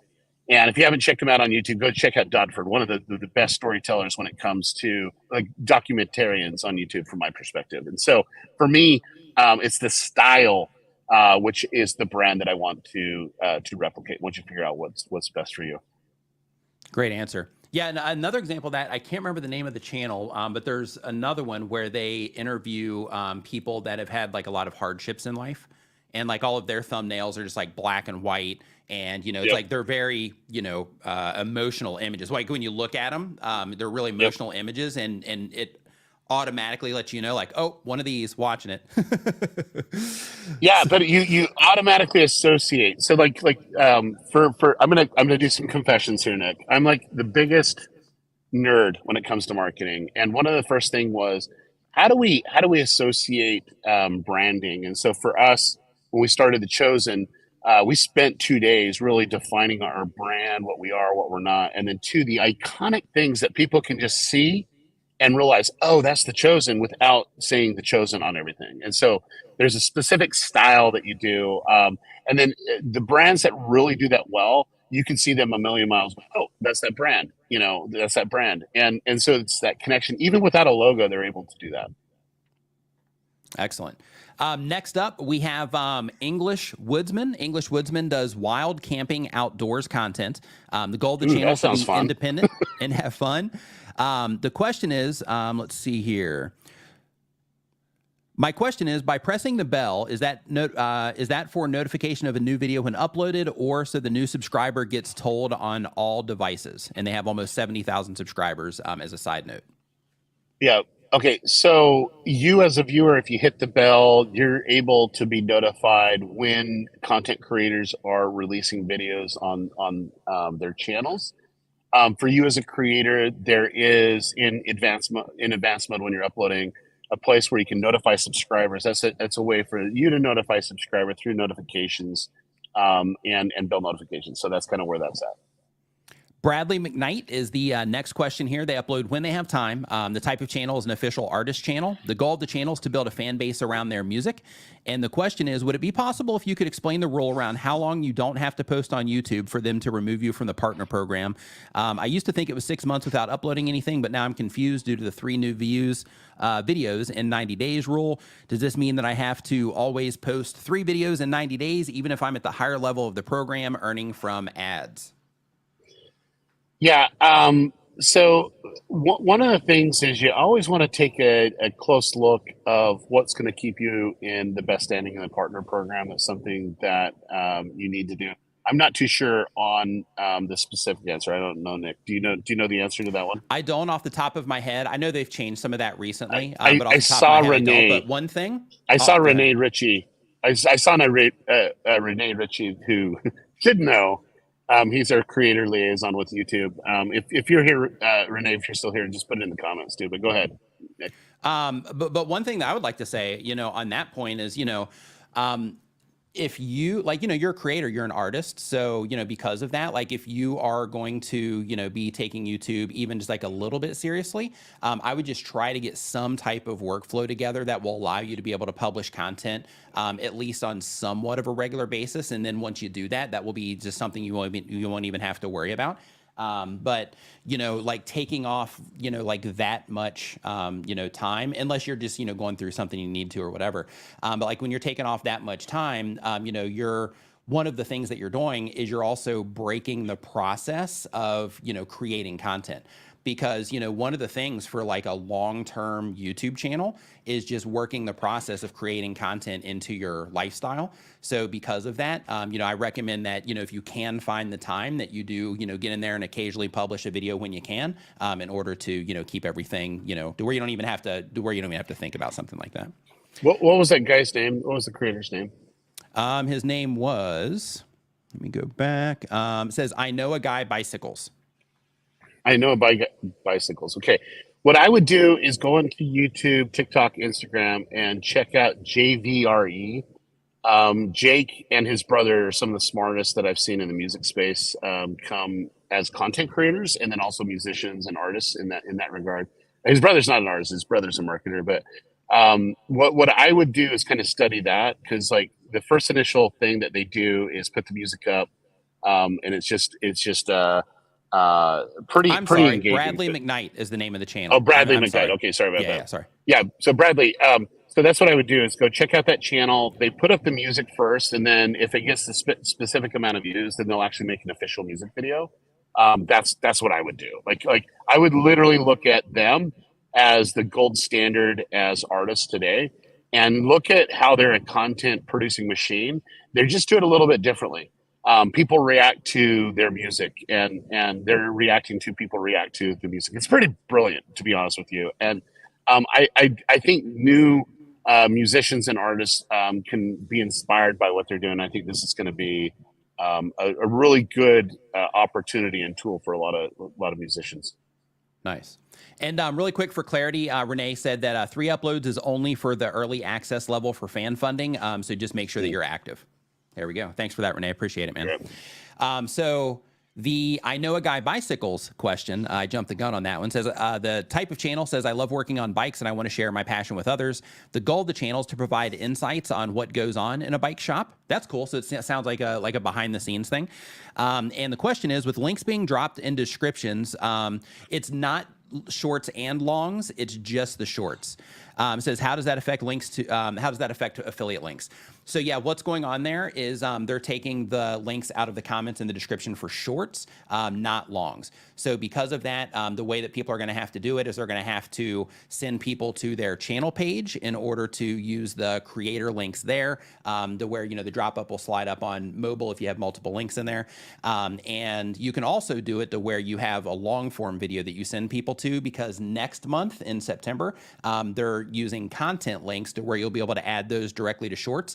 And then the fun thing with that, for those of you that do affiliate marketing, is we're going to be able to build like armies of shorts videos driving towards, our high converting affiliate videos. So right. That's definitely going to be a win. Do you have any So tips in let that me, regard, Derral? yeah, From, let me, because I'm well, sure you've thought about this in all kinds of creative ways. yeah, like let me do strategy wise. Like if it was me and I was in your position, shorts is great. I think shorts, there's a lot of great opportunities to connect. The goal should always be getting them to a longer form video. So I'm really excited with what YouTube's doing to get, shorts going to longs and then longs really developing that relationship.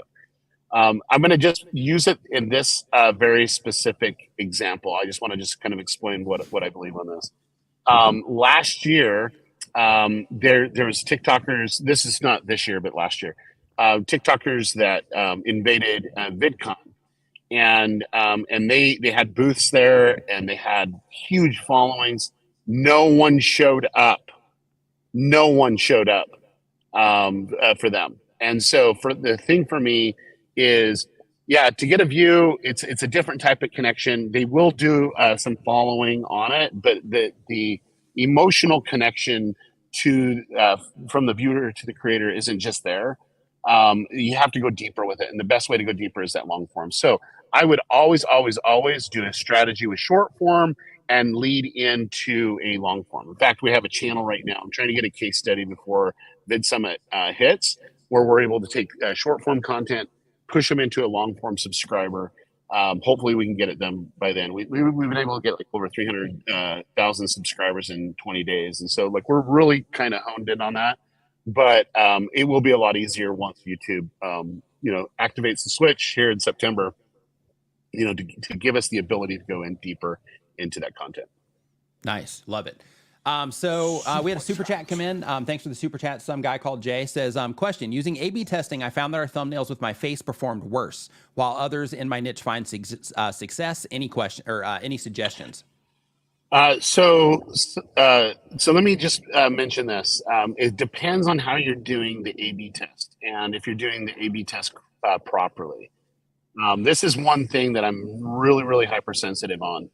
In fact, there was a really great presentation, one of my students, Foot Crunch, that talked about, hey, I was able to get a million extra views on a video when he would change the thumbnail.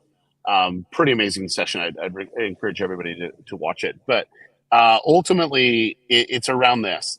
When did you do the A/B test? And so is it the A/B test where you actually did in the first 24 or 48 hours? Because I'm here to tell you that's different traffic than anything past that 48 hours. Like you got to look at traffic sources. You got to see when it is. And yeah, it might respond better without your face in suggested videos.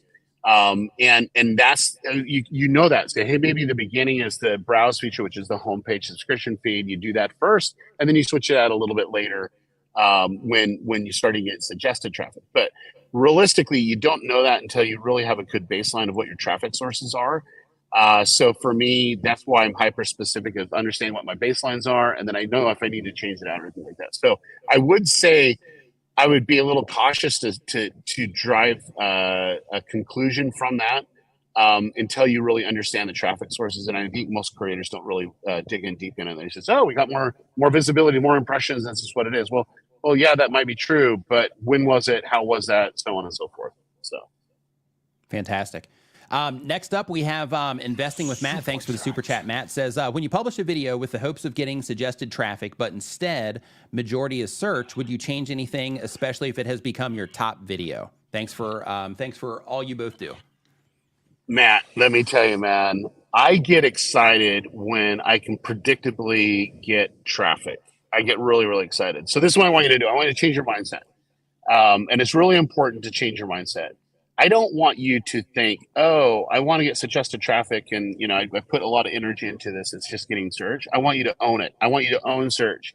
And what that means is when they click on your video, it's a high performer. I want you to think, what is 2 videos or 1 video that I need to make that would be really, really appealing to the person that just watched this video with search? And that's what I would actually do in the end screen. That's what I actually do as my CTA is to go get them to watch that. That's where I would pin it in the comment. That's what I would put in my my end screen elements. And so for me, think about that, and then make sure that it's highly connected.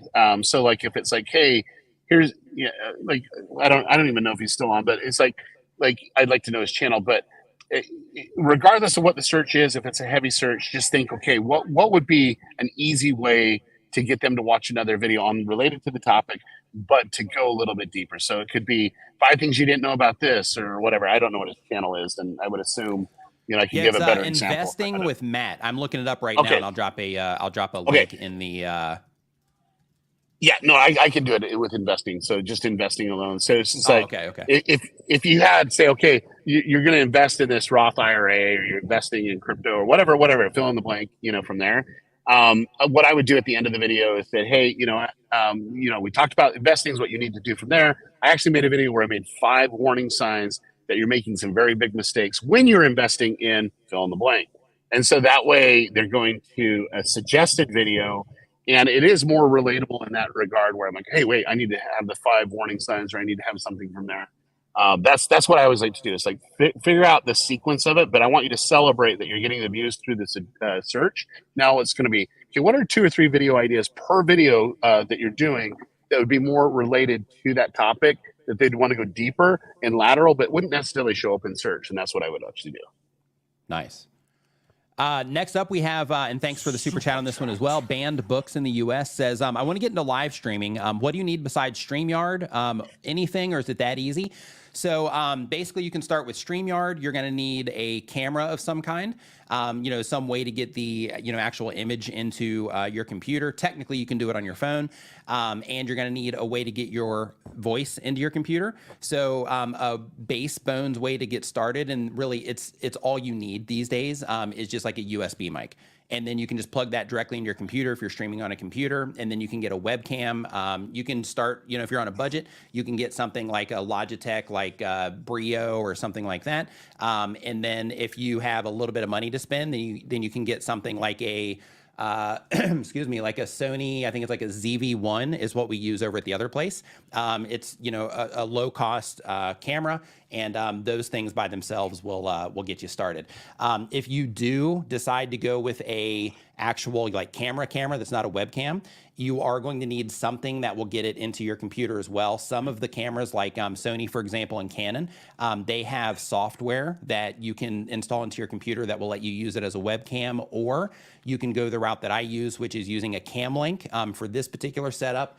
Or over in that one, I use something called an ATEM Mini if you're going to use like multiple cameras. But in most cases, just the cam link will be all that you need, to get the camera signal in.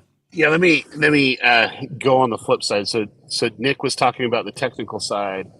There's never like getting StreamYard is great. I think StreamYard is one of the best companies that exists for YouTubers. It's really easy to get on a live stream. I think the big thing for me is, what is your plan? What is your live stream strategy? You got to get very granular with that, because what you don't want to do is just get on and just live stream. What you want to do is have a plan. And I would actually go look at 10 or 12 different live streams that are by different content creators, glean from them, how they interact, how they engage, how they pull the community in. And for me, for audience development, live streaming is like the #1 strategy. Like, it's the easy way to connect. And I would encourage everyone to figure out how to do that regardless of your size. Yeah, I think one of the wins with live streaming is, like when you're putting out video content, like, a lot of us will, kind of take away like the nuance of ourselves through the edit because, we want everything polished and, all that stuff. But like when it comes to live streaming, you just kind of, like you're just there and you're you and you can't fix it. Like you just, do what it is that you do. And I think that human side of the live streams and the little, mistakes in the language, maybe when you're communicating, and those moments where you kind of go off track and you share your opinions and, those sorts of things. I think those are the juice, so to speak, when it comes to, I would agree with live that. Streams. Next question that we have here on the, for live streamers, Derral.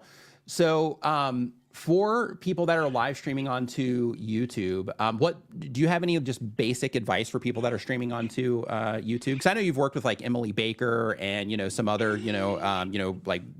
big live streamers on YouTube. What are your recommendations for people that are streaming onto to YouTube? Just streaming onto live. Mm-hmm.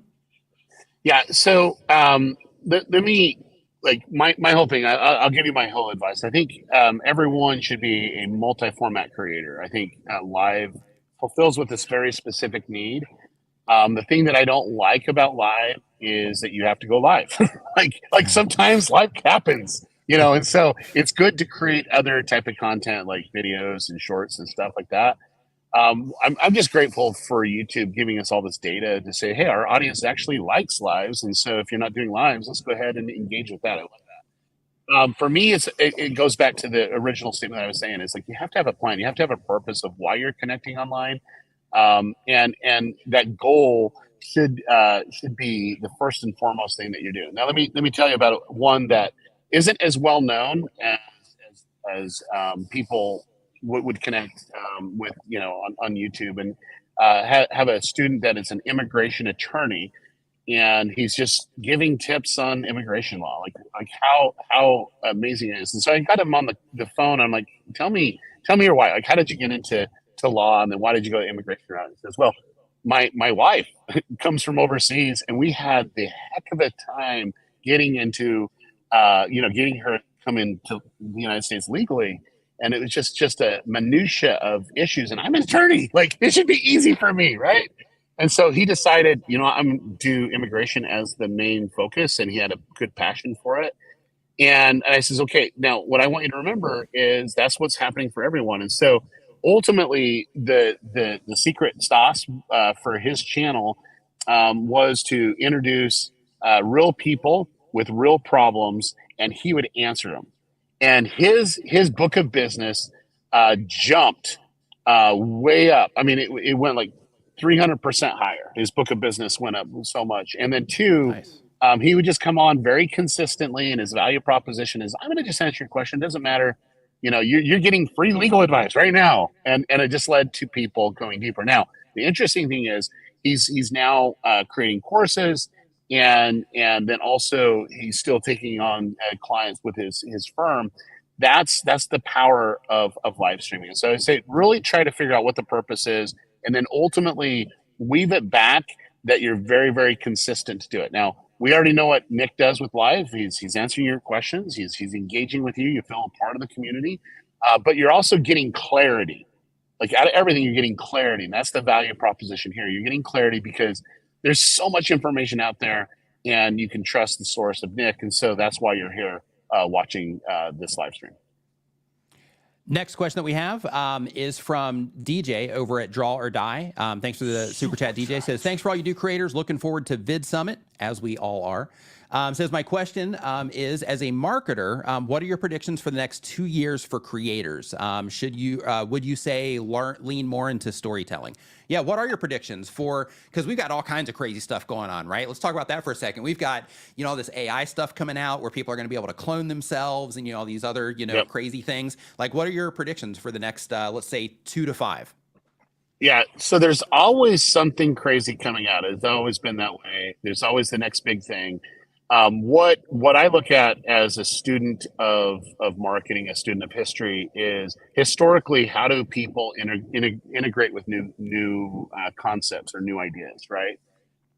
There's one thing that's never gone away since the beginning of time, which is two people telling a story about how their day was, or how this was so funny. It's like it's so engaging, and that's what humanity is. And so, as long as humans are in control and not AI, like, we'll connect emotionally. We'll connect on a deeper level. Storytelling is the most powerful way to learn, and it's the most powerful way to connect with your viewer or with the audience that's there. So I would say 100%, I would lean in heavier on storytelling than ever before, because the AI that controls YouTube is getting so smart, and it's predicting exactly what the viewer wants.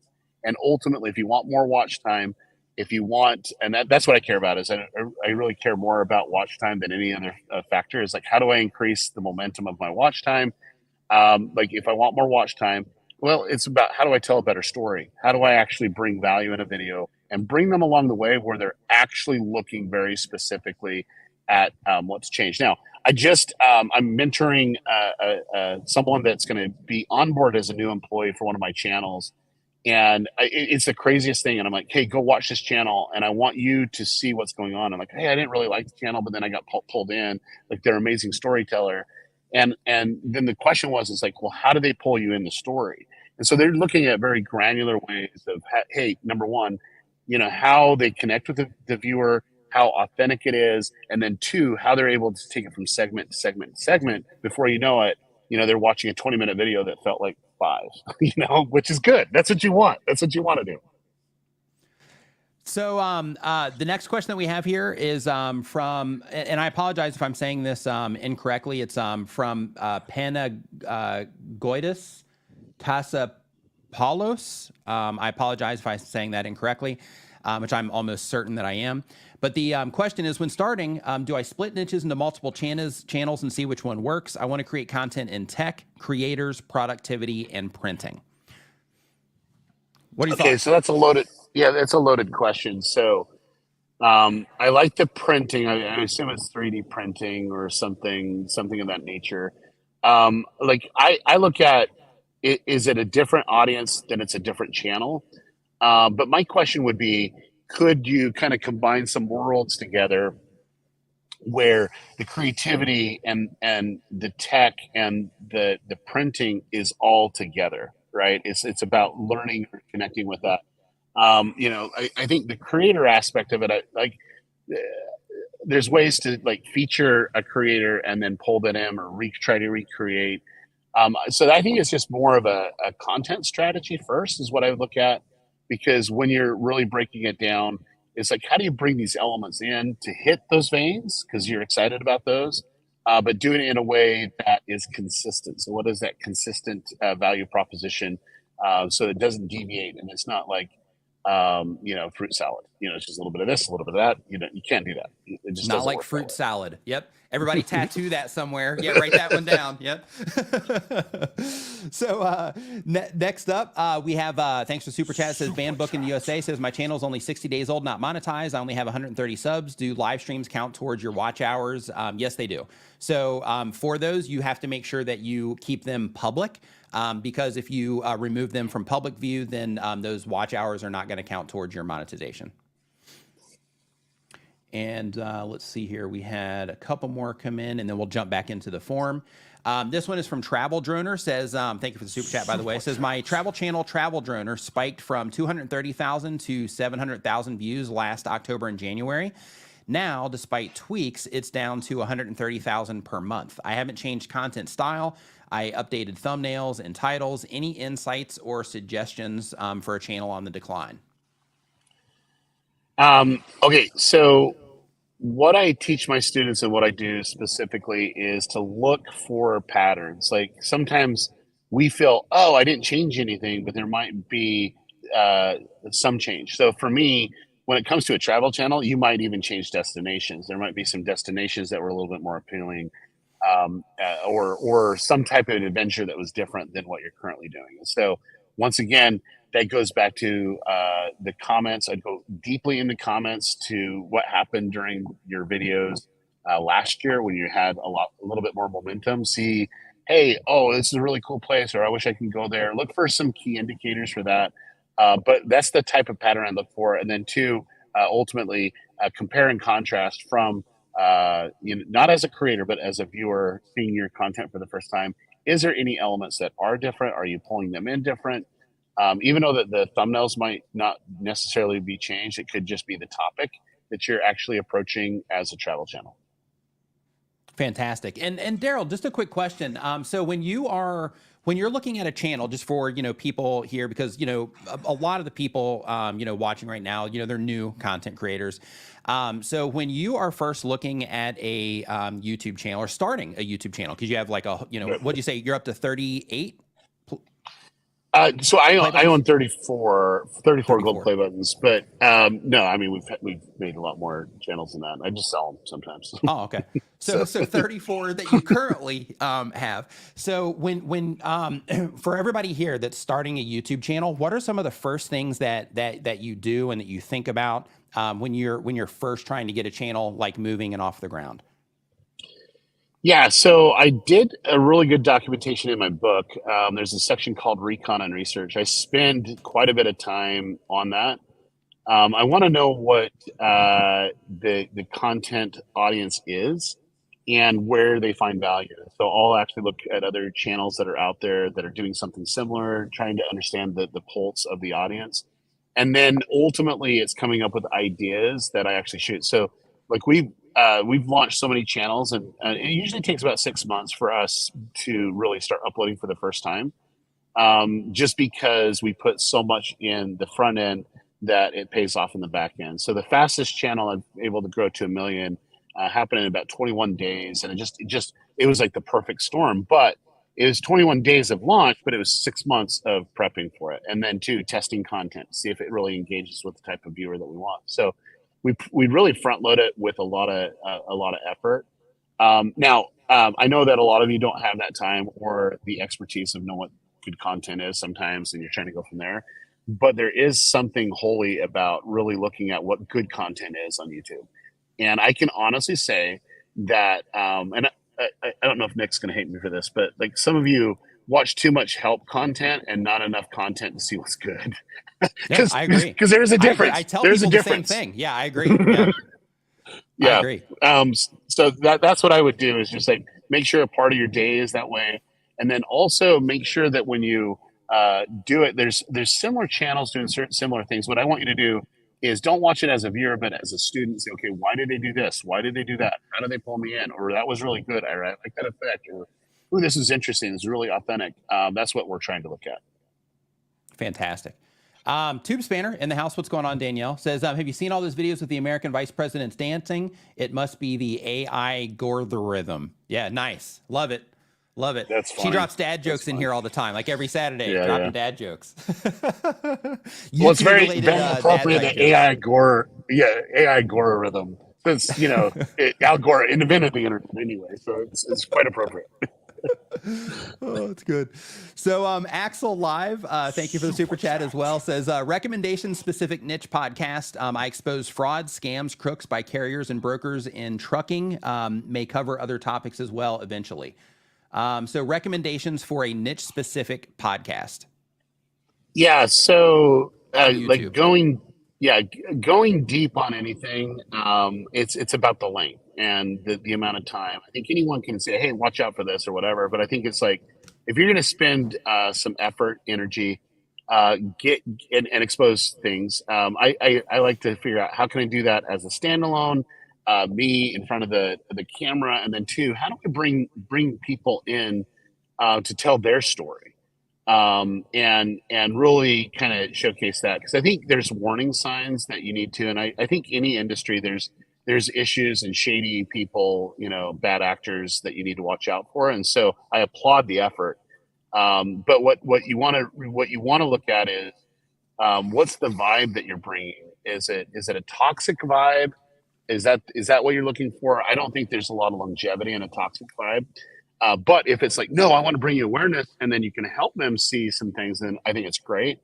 And I would say really look at, more than anything else, is your formula of the length of the podcast and the value that you're going to bring. And there's right now in the trucking news, there's a lot going on with Yellow going bankrupt, and people are abandoning trucks all around the U.S. And we're going to see there's a lot of interest with that, and I think too there's a lot of interest for people that are coming on as an independent. You're going to see a lot more independent uptick happening just because of what's in the news. And it was algorithm. I've been corrected here. Yeah, it's algorithm, not AI algorithm. Yeah. I was trying too hard on that one, I think. I'm not sure what happened. So the next question that we have here, I'm jumping back into the form for this one. So here we did the guy bicycle says it's a new channel that doesn't have a video yet. Working on the first video today. It's an entertainment channel. The goal is to go viral. And the question is, looking forward to seeing you next month at Vid Summit. What is recommended green screen effect library, subscription or free? For green screen libraries, if you're looking for backgrounds and stuff, Storyblocks has a lot of that. I'm pretty sure Motion Array has that. I think Envato Elements has some of that as well over there. So I would look at those 3. I think all of them might have, trials. So just go in, see if they have, I know Storyblocks specifically, if you go there, they just have a search field and you can just put in what it is that you're looking for. And if they have what you need, then you can get a subscription at that point if you don't have one already. And yeah, looking forward to seeing you at Vid Summit as well. Speaking of Vid Summit, Derral, so who's all coming to Vid Summit? Well, hopefully everybody on this Everybody. this Everybody, live. I mean, that's who. every creator should be there. No, but like for for everybody that's hanging out here that that hasn't been, I think everybody here has been exposed to Vid Summit, but just in case, what should they know? Yeah, the whole reason why I started Vid Summit 10 years ago is I was going to conferences and there's stuff for creators and fans and ways to engage. And I'm like, man, I just see the business opportunities. I see the opportunities to treat this bigger than just uploading videos. And that's the reason why I started Vid Summit is I want to be able to create a culture around the creator economy. And I just saw the future of where it was going, and that's what I want to do. I want to learn from people that was helping creators have longevity in their passion and love, which is content creation, to become an entertainment company. And so ultimately, that's how it started with that intentions. And along the way, I picked up a couple partners, picked up some really cool partners, space station integrations, Sean Duras and team. And then also just a small creator named Mr. Beast. And I want to share his experience. He actually came to Vid Summit. I think he had sub 10 million or some around there. I mean, he was getting a lot of momentum. And he's like, I finally found my people, like people that care about data, care about the business side, want to make quality videos. It's been great. He actually bought in, and then he's grown a little bit on YouTube. I would say for me, what I love is what happened last year. So I had someone that heard about Vid Summit, just like you are right now, and looked at their bank account and says, ooh, that's going to take a hit in my savings. Because I'm like, I've been saving up, but hey, if I'm going to do this seriously, I need to go. And she actually spent almost her full savings account to come to Vid Summit. And she wanted to learn, and she was in every session. She was engaging. Keep in mind, she was still a minor at this time. She was 17, and she was like really, really all in on this. And ultimately, because she was there, she was able to win a mentoring program with me. And what was really cool is now she's going to be on stage. She'll be probably at 2 million subscribers before Vid Summit, probably somewhere around there, and over 1 billion freaking views. Now, who wouldn't want that? It's like at the end of the day, she had to make a decision what to do. And you're going to check out Jenny. Jenny's amazing. She's one of the amazing content creators out there. And you're going to see her there. Now, there's other people coming like Zach King, Preston Plays, Mr. Beast Eric, Michelle Carr, Hope Scope. I mean, we have some of the biggest content creators on the planet. We're getting ready to announce our final keynote. It's big. It's massive. I'm really excited about that.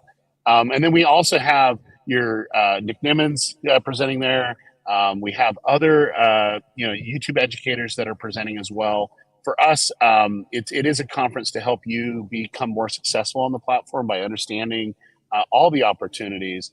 And what I want you to walk away with Vid Summit is don't think that to be successful, it's all about the views. No, to be successful, it's about finding a way to monetize in ways that you haven't seen that you're currently doing. And I've seen people with less than 10,000 subscribers, that are making over $1 million a year just because they're very strategic. There's a huge offer. One of my students is coming. His name's Myron Golden, and he literally. I don't even know how to explain it because it doesn't even feel real, but he basically got 8 figures with a channel that is less than 500,000 subscribers with a very, very strict live streaming and content strategy.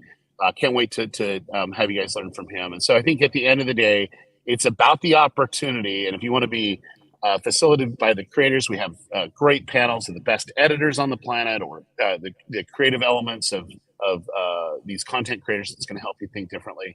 And my whole goal is that you come there, you feel like, man, here's my peeps. And finally, I'm back. It's great to have like-minded people that really care about it, that actually want to put good content into the world. That's what VidSummit's all about. I think that's another awesome thing about it too, is for content creators, because we all know how lonely of a thing this can be. Like if you're like the only content creator like in your life, right? Like you're the one making content, like you don't have friends making content, stuff like that. Like for me, I think that's one of the huge benefits as well, is you get to go there and network with other content creators, and it's really inspiring as well. Like in addition to all the stuff that you're going to learn, because you're like, oh wow, like when you see something on the internet and you see the success that somebody's had on the internet, it's like, oh, okay, well that's them, and that's happened to them. But when you're standing there face to face with somebody and they're looking into your eyes and you can feel the passion from the experience that they've had when they're telling you, what's happened to them and the opportunities that they've gotten and like how things are going with their channel, it kind of clicks something in your brain to where it's like, wow, this really is possible. This isn't like a, pie in the sky thing. Like this is happening to real people. Like this person standing in front of me, is having this experience. This other person that I talked to is having this experience. This other person over here is having this experience. And it's just a really inspiring thing to actually, hear it from the people, face to face, and just that networking side of things, to where you can get YouTube friends too. So then, there's also a lot of like networking, after the fact that comes out of it, as well. So yeah, it's incredible. I recommend everybody, check it out. And Chantel dropped a link to it here in the chat, so just look for this. If you're like, hey, that sounds interesting, let me see what that's about, just go to vidsummit.com, or you can click on her link there in the description. So I'm super pumped. Really looking forward to this year, as I do every year. Like I don't even know why I say that every year. It's like default, right? So next up on the list here, we'll jump back into the questions. And here in just a little bit, Derral, what do you think of maybe kind of tossing one of those out here into the crowd? Tossing the questions into the crowd, or 2 tickets to VidSummit? Yeah, maybe 2 tickets to VidSummit. Yeah, there we go. Yeah, Let's do that. We'll give some tickets away for sure. So, so the next question that we have before we get into that, while you guys are checking out the website and stuff, so you can see what's involved over there, is Nonstop Dom, and they upload content 1 time per week or more. The type of channel is airline and travel vlogs. The goal of the channel is to build a community around travel. And the question is, does YouTube punish your channel for putting external links in the description of a video? Fantastic question, Derral. Have you found anything that suggests that? No, I think there's platforms that are really come after your firstborn child, but YouTube's not one of those. YouTube's been really great. They want the creators to make money, and there's just different opportunities there. Now, keep in mind, if you want significant growth on your content, it's about YouTube seeing that people are watching your content or binge watching your content or going deeper, and the average view per viewer is going up, and so is the watch time. So there is some give and take. You got to be cautious of just always sending people off the platform. That can hurt your opportunities. So for me, I always like to figure out what would be interesting. How do we engage with them deeper? What videos would be relevant for that? I actually do like the airline travel type stuff, not just because I fly a lot or anything like that, but there's a pilot that I helped. And he's making more in a month than he makes a year, as a pilot on YouTube. And all he is just he comes in, does his thing, has the flight, and then that's the payoff. You're just flying with him, which is the craziest thing in the world. But hey, that's why I love YouTube so much. And so really look at the value proposition, and then 2 ways to engage the audience even deeper than a vlog. I think vlogs are fine for hey, watch me do this. But like when you really go in deeper, where people are connecting with you on an emotional level, they want to just binge watch your content, and that's what we're trying to do, is get them that the value is big enough that they're like, oh, that was so fun, let me watch another one. That's what you want to do. Fantastic. And really quick, Tom Nash, what's up, dude? Hope you're doing awesome. Says, Nick, I only go if you grab a beer with me. I'm not a drinker, but I know how much you'll benefit from VidSummit. So yeah, let's do it, Tom. Come on, Tom. Tom's like OG. He's went to did some of it before. He knows what it's all about, brother. So the next question that we have here is from Dying Retail. They have a documentary channel. It's Dying Retail Malls and Their Histories. That's interesting. Yep. The goal is to preserve history, and the question is, what's the best size to use when designing a channel page banner? So for that one, if you just hop on Google and you type in YouTube channel banner template or channel banner size, you should get the actual dimensions there. It's a weird thing, by the way. It's like 2,000 and something by like 1,000 and something else. So yeah, definitely hit Google for the very specific thing, but it's not just what it is that you see there if you're looking on a computer or mobile device. So I would hit Google for that specific one. So Derral, man, what do you think? I want to answer that. Yep, there we go. Yeah, I want to answer that because it's a really, really interesting topic. And I think you might get an audience. I can see that you can get an audience that care less about the history and more trying to discover just this broken, abandoned, project, whatever that is. There is a vein of people there. Now you can always say, oh, this is where this is at, but it's more exploring it that way instead of saying, oh, here's the history side and this, and here's a great historical building. Not saying that I know that that's probably your passion. Okay. I'm just saying that I can see where the bulk of the views will come from is on the other side where they're just like, oh, you're just exploring an abandoned building. That's actually pretty interesting because there's a lot of surprise and delights, what people leave behind, what's there. It brings out creativity of the viewer a lot because they're like, oh yeah, it could be this, or they're trying to have conversations of what these little Easter eggs is and what you're discovering. And so you can go look at any abandoned anything on YouTube and really read through the comments. And that's the vein that hits. Like people love discovery. People love hidden treasure, find things. It's a very, very big vein and a huge opportunity, I believe, on YouTube. And so for me, I would probably look at it that way and then pepper in your historical stuff. And make it a lot more interesting of, hey, this is what happened here and whatever. That's great. But the more about discovering it first and going through an abandoned building and trying to figure things out, that's a huge value for me. Really quick, we have No You More says, I want to go to Vid Summit only to meet Matt from Matt's Off-Road Recovery. Matt's one of your students, isn't he, Derral? He's actually a partner. So that's one of the channels that I own is Matt and I are co-owners of the company and of his off-road adventure company. And yeah, it's been great. And he's crushing right now. Yeah. So come, you got to come. He's one of the most authentic creators. And that's what I look for sure. So what do you say about, kind of sneaking in a little ticket, here, right now? What do you think, Derral? Yeah, let's do it. How are we gonna give this away? Okay, so we got a couple options. One, and I would appreciate from everybody that's hanging out here, I would appreciate your honesty in terms of if you will be able to make it to Dallas, Texas, October 3rd through the 5th or not. The reason for that is because if we do a draw here, for example, which is what I'm thinking, then in that particular case, if you cannot make it and you cannot make it, then in that particular case, you might be taking away the opportunity, for somebody else. So only please submit this word that I'm getting ready to show up here on the screen. If you will legitimately be able to make it to Dallas, Texas, October 3rd through the 5th.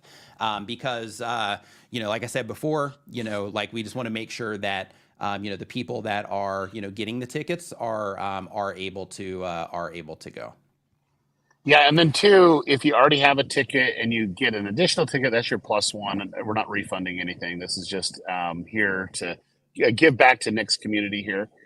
So it'll give you someone that you can give a ticket to, bring value. If you want to sell it, I'm okay with that too. But I think the biggest thing would be, I think the nature of Vid Summit is more about creators helping creators. And so don't be greedy. Just let's just give it out there to someone if you already have a ticket. So if you're okay with this, Derral, so I'm thinking basically we just have people put a word into the chat and then have it randomly drawn. What do you think?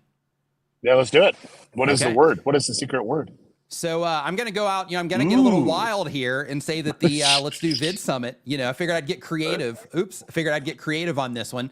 So yeah, so all you have to do here is put Vid Summit into the chat, and if you put Vid Summit into the chat, after we get a handful of entries here, then I'm going to hit the draw button, and then this system that we're using here from StreamYard, their giveaway tool, is going to randomly pick somebody out of the chat that put the word Vid Summit into the chat. So while these are coming in, Derral, so for right now in the stream, I see you're sitting there in palm trees, and it looks nice. It looks nice where you're at. It makes me want to get out of the room that I'm in right now and go to the beach. So where are you coming in from? I'm in the place where your brother got stranded. Oh, okay, nice. So yeah, that's the horror story of it. Hey, let's go to Mexico, and then the pandemic hit. Yeah, if he was on the stream today, seeing that background, he might get PTSD or something. Yeah. Yeah. No, what I love about what I do is I can go anywhere in the world and be here. That's what I love, and I love YouTube for that as well. But right now I'm in Cancun. I have a nephew that's getting married tonight, nice. And so we flew in for that. I brought my mom. This is the first time my mom actually went out of country, in 40 years, and so trying to get her like that. We went to the ruins the other day. We went to Uxmal, and it was great.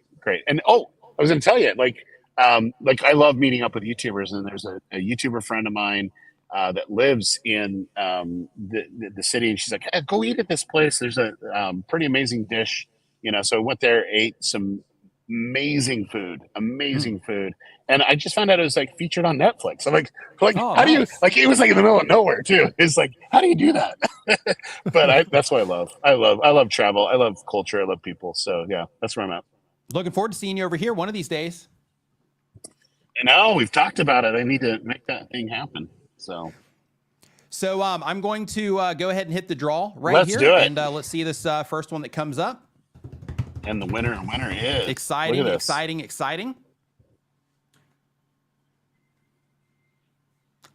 iFun Chris.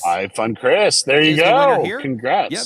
Congratulations. So what you want to do, Chris, is you can send me a DM on Twitter, and just make sure that you put Vid Summit winner. I'll know, the name when it comes in, but just put, Vid Summit winner. And then that way, I'll be able to get the information, from you, and then send that over to Derral. We better do another one, because that was too easy. Let's try another one here. So here we go. Let's do another one. You guys can actually watch me type this one in, and we're going to do Vid Summit is the best for the next one here. There we go.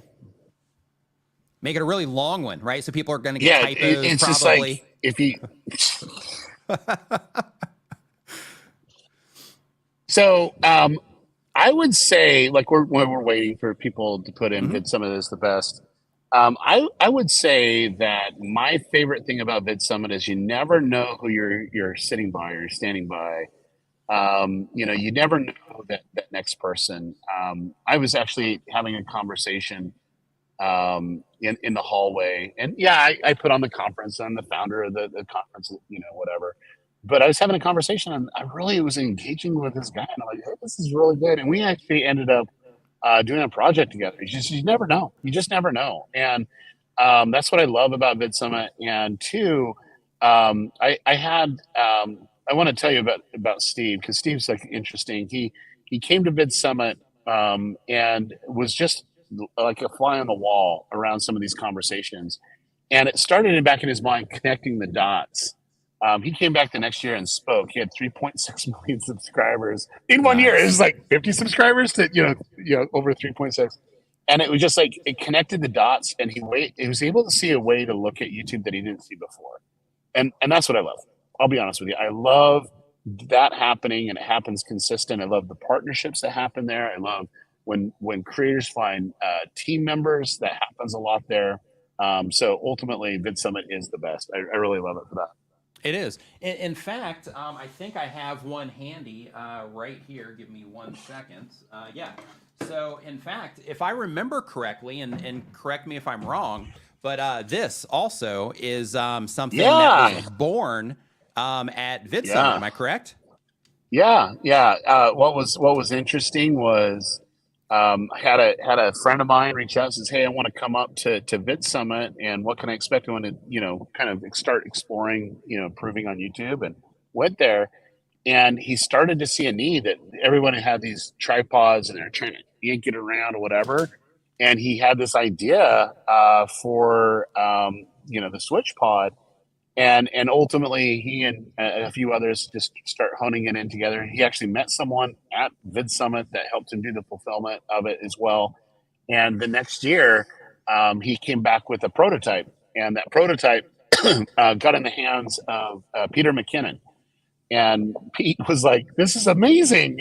And so before you know it, they did a Kickstarter. They kicked it off. They got well over $300,000 in that Kickstarter, and ultimately, have a product now that's it's just been super popular. In fact, we actually bought one for every attendee at Vid Summit because it was that important for us. Is like things that get birthed at YouTube, or I'm sorry, at Vid Summit. We want to be able to tell the case study, and he was able to share that case study, which is what Vid Summit's all about. Honestly, it's about all these opportunities that are for creators. So yeah, like these things are awesome. Yeah, so this is also not the Vid Summit version. I have that version as well. This is like the like after he made like the ball head for it and like all of that. So yeah, this thing's amazing. This usually when people see like the videos that I make like here at this desk, it's usually sitting on this. That's so great. Just like when you see the same view in my content, but it's coming from a little bit more from the side, it's usually sitting on that. So we're at 66 entries here. So I'm going to go ahead and hit draw, see what we come up with.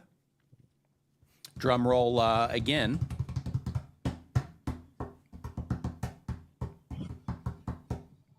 Becky B plays. Becky, congratulations to you as well. Same exact thing for you. Send me a DM on Twitter and just make sure that you just say, Vid Summit winner at the top. And then, of course, I'll reference this as well. And then I'll get your information there, and then I'll pass that over to Derral so that they can, get that all sorted out for you over there on their side. I'm so glad that we got another female coming to Vid Summit. That's one thing that I really want is to really get more female creators there. We actually have some pretty amazing it's growing case studies. There's like that demographic is definitely growing there. Yeah, one of the keynote speakers is someone that actually came to Vid Summit 1. Her husband did, and they had a channel called Cute Girls Hairstyle, and they were talking about the strategy. And the twins just started, Brooklyn and Bailey just started on YouTube, and this is like 10 years ago, right? And what's been great is, we're actually getting Mindy, who is the brains and the passionate one around it. She's talking about how she was able to leverage YouTube, but really leverage it outside of YouTube in a way to get into the product side. And there's so much that's going on. In fact, one of my favorite, favorite YouTube employees that's no longer a YouTube employee is going to actually interview her. She was one of my partner managers for years, and she's just so amazing. And so she's coming and doing the interviews. It's going to be one of those magical moments for me, because everything that Vid Summit is going to be explained on stage by smart women and smart men and creators that really are passionate about helping you, because they don't normally have a platform. I think podcasts are great. Sometimes you get it in, but this is a platform. Vid Summit, that gives them that opportunity to really share things that they normally wouldn't, and hopefully that you'll be able to see the value of this. So I'd really strongly encourage you, if you didn't win a ticket, I do apologize, but you can buy a ticket, and ultimately you won't regret it. I'm here to tell you, it's like one of those things.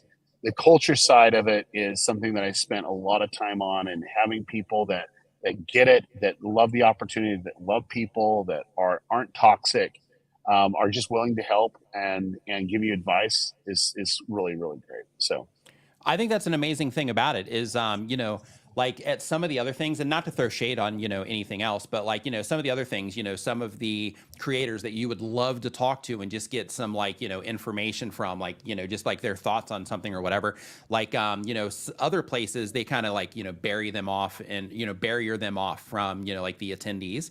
But like with Vid Summit, because everybody's a peer, right? So since everybody's a peer, then, people aren't, there aren't barriers between, like large content creators and, people that are there, because everybody there is a creator. So it's pretty amazing in that regard as well.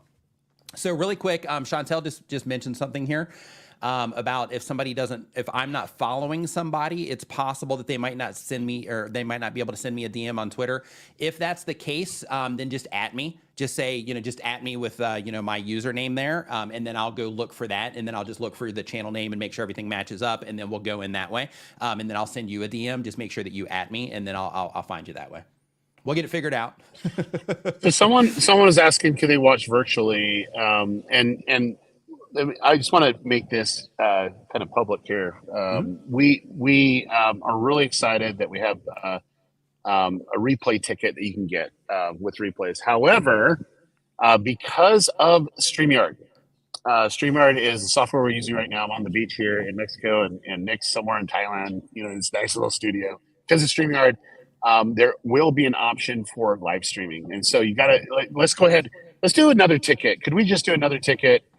Could we just use the StreamYard giveaway tool and let's put just StreamYard in it, or StreamYard's the best? I really don't care. Because ultimately, we look for really great sponsors to help us put on this conference. It's so hard. I'll be honest with you. It's really hard, logistically, to try to pull everything together when it comes to a conference. And so we need to have partners to come on. And StreamYard has been so great to come on and help us figure out some things that we needed. And ultimately, they're going to bring a live element to Vid Summit that we're really excited for. And so really, really grateful for our partners, especially StreamYard, because we love them so much, right, Nick? Don't we love Absolutely. Them? Yeah, StreamYard's awesome. Absolutely awesome. Yep.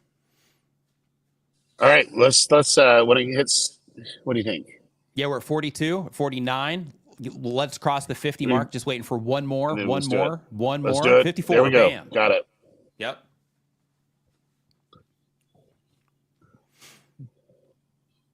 Here we go. We've got Magic Flying Potato. Brad. StreamYard just got you a ticket. Yep. Come to Vid Summit. Congratulations, Brad. Yeah, Brad's coming in as a volunteer also. Well, guess what? That's good. You have a +1 now. You can give it to somebody. That's good. Great. That's so great. Awesome. That Brad, we're excited. Hey, Brad, make sure you pull me aside, say hello. Definitely. Anyone that's volunteering, I love to connect with them, especially those that are helping Nick too. You just have an amazing team, to be honest with you. So. Next up on our list. So I guess we'll answer some more questions for everybody that is hanging out here. Give me 1 second, because I just pressed on the wrong thing and it closed some stuff. So give me 1 second here to get that. The magic of live. That's what happens when you go live. Yeah. So far today, I've had like audio problems. Yeah. I had the thing where like the audio's coming back, closing windows. Yeah, it's great. I love it. This is part of the fun thing of live. So it's like answering questions on the fly, right? So you get that challenge while managing all the tech, like on the back end. It's fun. Absolutely love it. So next question that we have, we're going to pull this one from the forum for, everybody that is hanging out here, where you're waiting like, hey, man, is he going to get back to the forum? Like, what's going on? So Scoops and Pets is our next question here. They have an aquarium fish keeping channel. The goal of the channel is to make my hobby of looking after fish my full-time career and being able to educate people about fish keeping. And the question is, my page has been growing at a steady but slow pace, around 1 subscriber a day. However, the desired snowball effect isn't happening. I've been on 1 sub a day and averaging 250 views per video for 3 months now. Is that normal, or am I doing something wrong? What are your thoughts, Derral? We can always improve. I basically want to improve every video. And for me, if you're stagnant, maybe you're trying to improve too much and just focusing on one thing, something you need to look for. Here's the key though. The idea usually is where's the value proposition? And I can tell you what I would do if it was me. And I'm going to give you some free consulting advice on this because that's what you get on Nick Dimmer's channel. I would actually start another YouTube channel that's adjacent to your current YouTube channel. And I would live stream a fish tank. And what I would try to do is get 1,000 people to subscribe. Let's get monetization and also super chats involved. There's a way that you could actually get super chats to trigger things in the tank. That would be really fun. And then it's just this little adventure that's actually happening. And I'm telling you, I've seen these channels pop off on Twitch and a few other places on YouTube when it's a lot more interactive. And then two, for your main channel, like for those that really love it, you can always be building and putting stuff into the live tank or whatever you're doing there, adding an element. Hey, when we reach this goal, we're going to add this element to it. And so they feel like they're along the journey with that, and ultimately, they're doing it. So your other channel could be, we're putting it into our live streaming tank channel, and we make these goals, and so it can go adjacent, and that's more personal for you. That's basically would be really cool. And then two, be very mindful of the type of cameras that you put in there. I'd like to see a multicam. YouTube used to have the ability to do a multicam on live stream that the viewer could actually change the camera. That was like so amazing. But ultimately, maybe you can figure out a way to switch it with some fun ways. And so for me, it's all about the idea, and it's all about a way to engage the community. If people love fish tanks, there's something therapeutic about it, especially if it's interactive and you're able to do it through super chat. That's actually pretty amazing. That sounds fun. I'm like, that's a good idea. I'm thinking of getting a fish tank. Yeah, and just have, put a fish tank over here and have it as like I'm the telling you, 24/7 man. fish tank cam. Yeah, that's great. That's actually. right. Yeah, I'm telling you, man. I think I don't know if I hold the record for the longest live stream on YouTube, but like I've live streamed for years on YouTube, like just straight.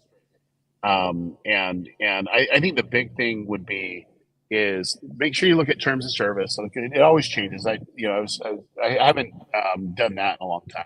I've sold all those channels a long time ago. But the key is the idea will always win, and you got to look at the hey, can you do it within terms? And then two, how do I engage the community so that they want to participate? And the best way to participate is people watching, but also, hey, I'm going to make it bubble by hitting that super chat. That's great. That'd be awesome. nice. I did one on another channel for video ideas, for YouTube video ideas, and I streamed it for about a year. And on that particular one, it gained like 2,000 subscribers, on it. Like, it had, a little bit of activity there. But like that, it was only a year though. But still, it's like, hey, let's just put it up and just kind of see what happens. And, it was like on that particular channel, it was like, hey, it's a little bonus thing there for people that were looking for video ideas. So it's kind of fun. It was corny, but it was fun. Yeah, I remember.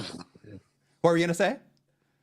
No, I remember that now. I forgot about that you did that. So next up on the list here, we've got Jim Langley's Bicycle Aficionado. They upload when they have time. The type of channel is educational and reviews. They teach bicycle repairs, bike wheel building. And the goal of the channel is to share my knowledge from being a longtime bike mechanic, bike builder, and cycling author and journalist. The question is, why do some videos that were getting lots of views suddenly slow down and just get way less views? Is YouTube not delivering them in search anymore, or what's going on? Well, I think that's the first thing I look is like, where is the traffic coming from? Because like if the traffic is coming from browse feature, or is it coming from suggestion, or is it coming from search? Like I want to know where they're coming from. Generally, if it's not coming from search, you probably had some other channels that created similar content or related content that's ranking higher than yours, and they might have authority or whatever.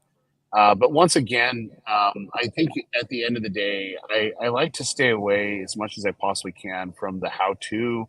This is how you do this, because it's limiting. And then two, if you have years and years and years in a bike shop, you get to hear the craziest stories of people tacoing their wheel or whatever.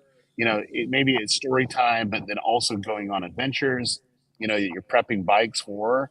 I think that's great. And then two, usually the type of bike that you're doing, so if it's a road bike or it's an off-road bike, believe it or not, those are two different audiences. And so you just got to hone in on who is your audience, and how they're engaging with you for sure.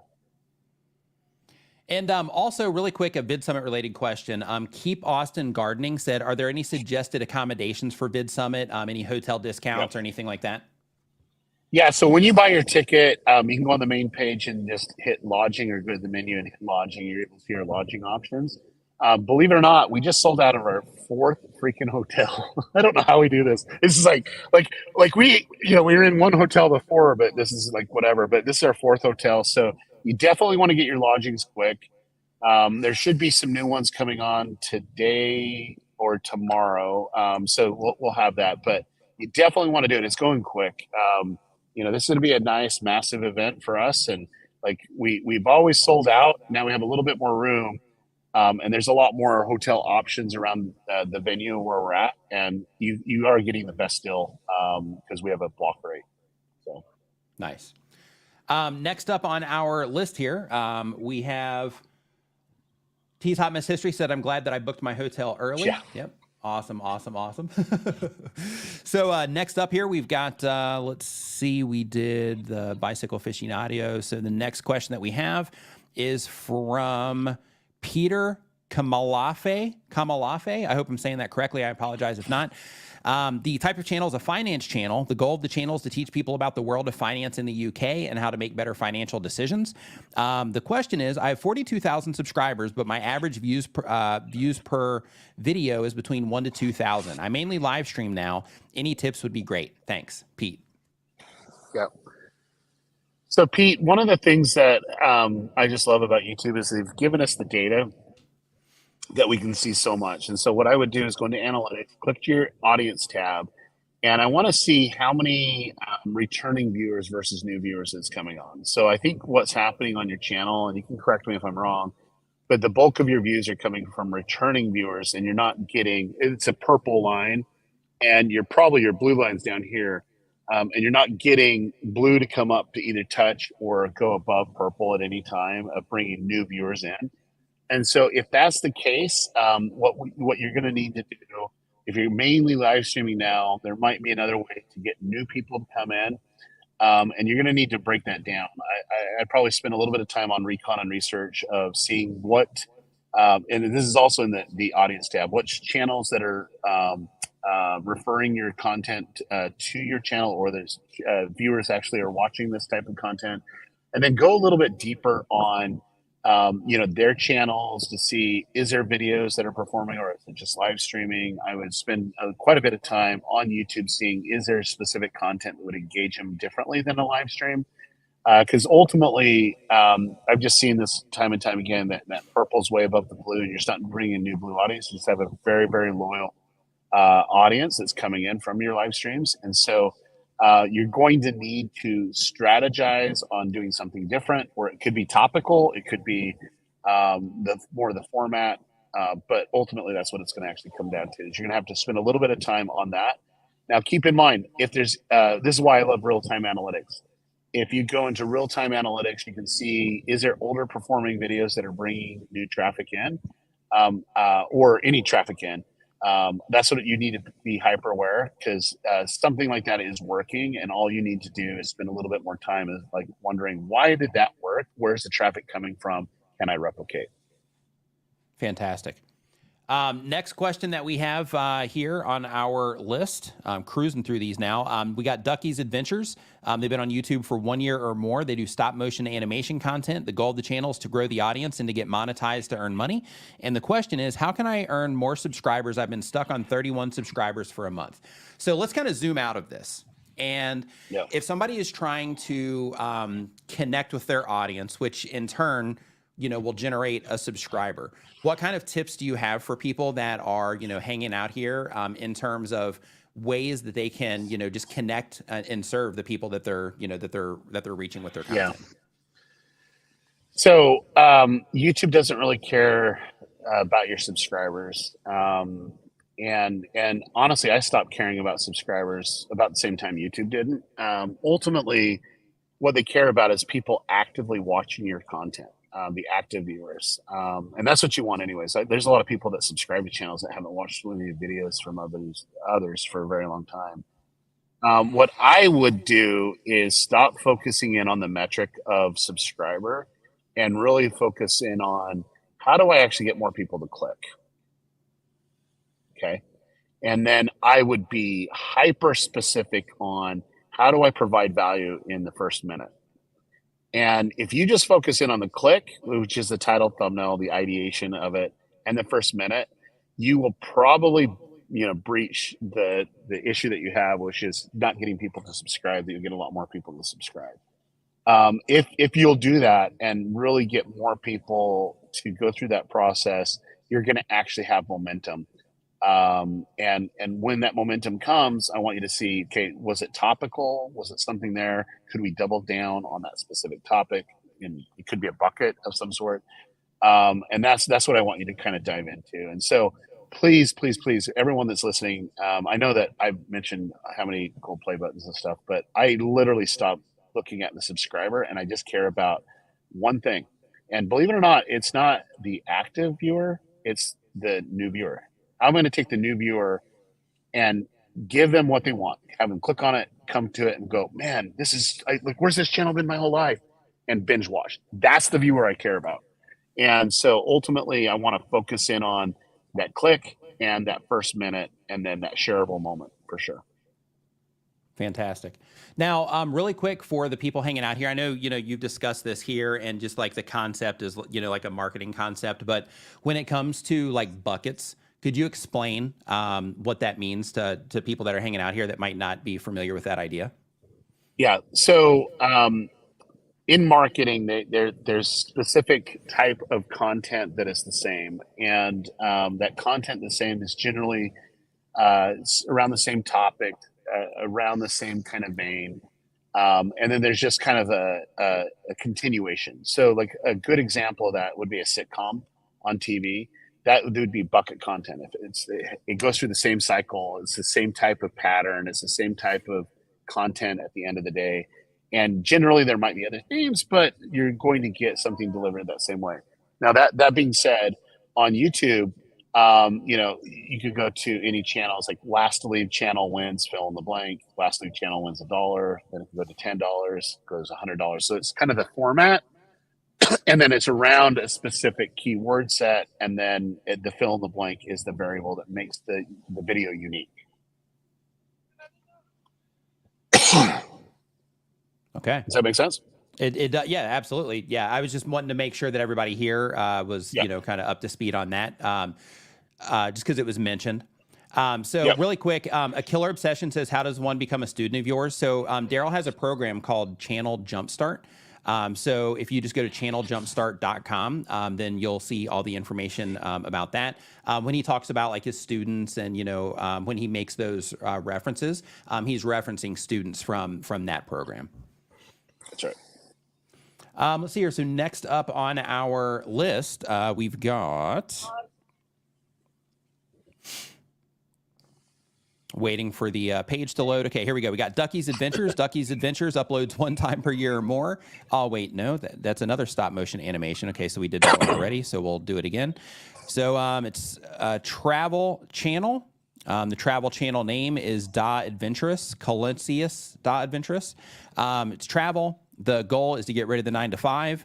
And the question is how to get more watch hours. So let's convert that question into what tips do you have for helping content creators learn how to keep their viewers watching for longer periods of time?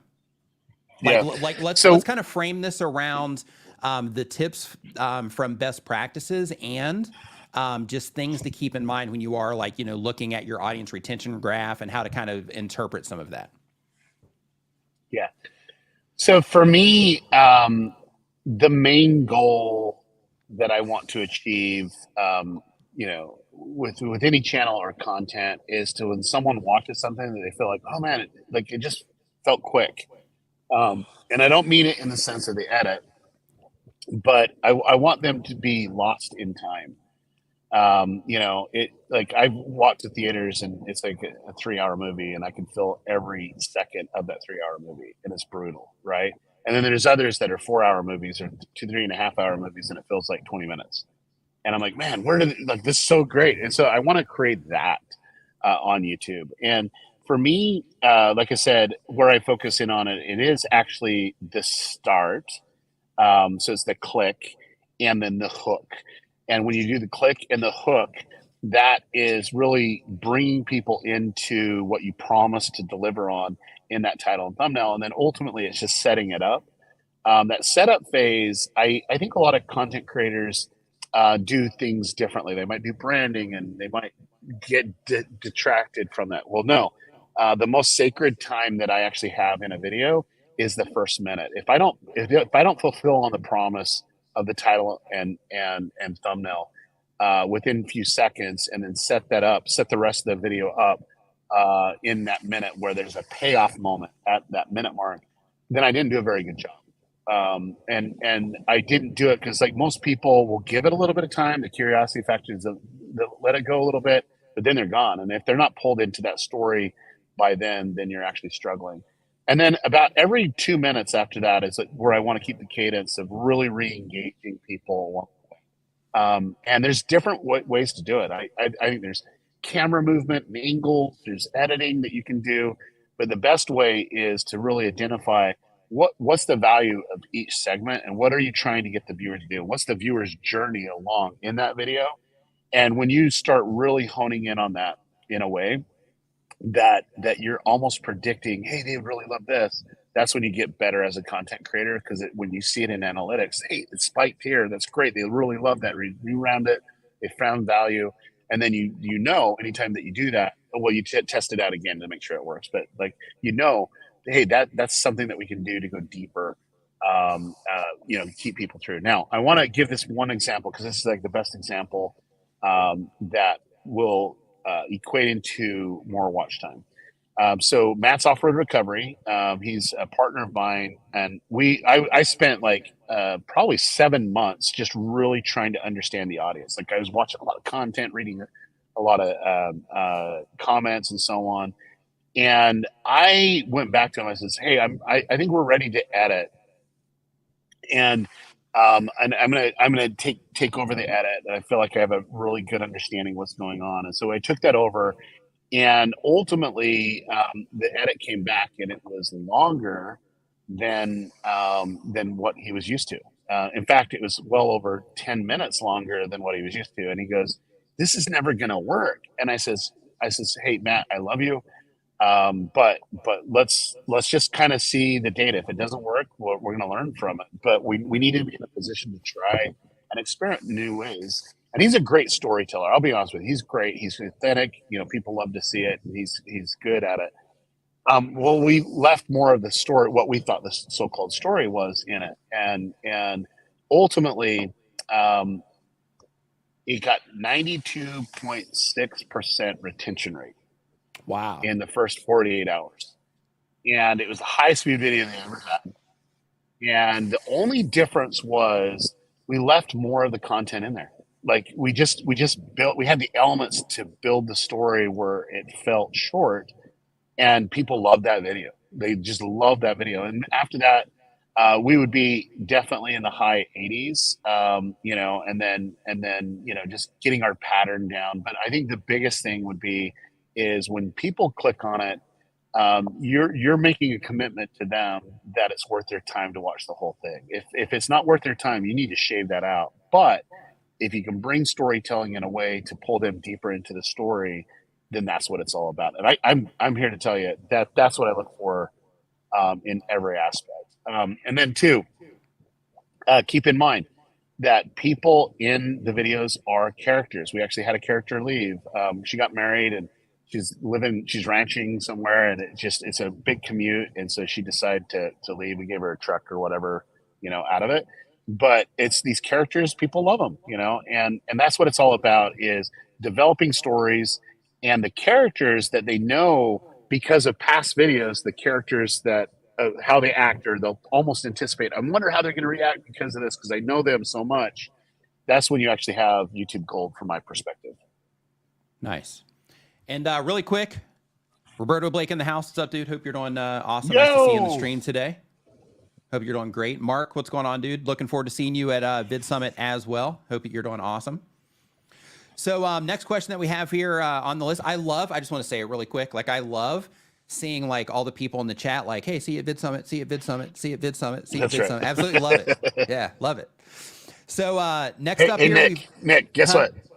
I'm gonna see you at the Vid Summit. Yeah, see you at Vid Summit. So next up on the list, and Roberto too. He didn't say it, but yeah, Roberto, see you at That's Vid right. Summit, dude. So we need shirts. See you at Vid Summit, right? That's right. So Build with Mooney says they upload 1 time per week or more. They've been on YouTube for less than 6 months. They do woodworking content. The goal of the channel is to share and teach. And the question is, I'm learning the hard way that making more videos and just trying to get better, or making more videos and just trying to get better. Question is, my shorts that are doing great are at less than 90% average view duration. And I have other shorts that have great average view duration above 110% that are just in the middle of the road with views. Help me make sense of this if you can. Are you going to tell me to make, if you're going to tell me to make better videos, I'm trying. Okay. First of all, like for you to create content, you have to have these massive projects, and it takes a lot of time. So I get that. So at the end of the day, with shorts and with long form, I just want everyone to know: the more impressions, the more views that a video has, the lower the statistics is. So what I mean by that is, if you have more views and more impressions, then your click-through rate will go down. Your retention rate will go down. So the higher views it is, the lower that's going to be. Now, as a whole, maybe out of the gate, you might have a video within release or whatever, it starts popping off that short might have 120% retention, which is fantastic, right? They're watching a little bit more. And then you'll have others that is getting more views but has less retention. You're like, wait, what's going on? Well, just keep in mind, the more people it goes out there, the more data that YouTube has, and it's going to actually bring that retention down. Now, what you'll want to do is really look at, and this is with shorts. You want to look at a couple key things with shorts. Number one, how are you going to pull people in with about a second or two? Okay, how are you going to pull them into that short form? And then that payoff at the very, very end, what is that payoff going to be? And then sometimes the payoff is too long. So if you've actually uploaded your short with the YouTube editor, what I want you to do, I want you to do this. And I want you to get back with me on Twitter or whatever and say, hey, Derral, I did this. But I want you to go to those videos that aren't getting as many views, that are 120%. And I want you to see if you can shave off a little. Because sometimes as creators, we give too many frames after the payoff is done. I want you to edit it to the payoff, give the payoff artists, okay, that's great, and I want you to shave it right there. And if you do that, and let's give it like 15 days and see if it starts to increase the views. I just want you to do that. But you need to do it where the only way you can do it is if you uploaded it through the YouTube editor on desktop. You can't do it if you did it on mobile. You're not able to do it. So. Boom. Next up on the list. I just want to say, Derral, like this has been such an easy stream for me, because normally I just sit here and like word, just spill it, right, for like 3 hours straight. You coming on, I'm like, man, this is great, hey, right? Yeah, I'm gonna have you on every week. This is fantastic. Yeah, me and D are gonna be like, hey, Derral, come back on. Oh, when we the three of us get together, it's hard to stay focused with the three of us. Come on now. Right. So next up, we've got Typical Pro. Typical Pro says they've been on YouTube for a year or more. The type of channel they have is a Roblox gaming channel. The goal of the channel is they aim to create more compelling content to increase viewer engagement. And the question is, how can I retain viewers for the entire video when most drop off within 10 seconds? So kind of what we talked about already. Yeah. I want you to ask, why are people dropping off in 10 seconds? I want you to answer me that question. And if you can, I want you to test something to see what if you tried to change it. So you generally, if it's a good thumbnail, good title, they're clicking on it, they come there like, well, this is not what I clicked on. There's a disconnect from it.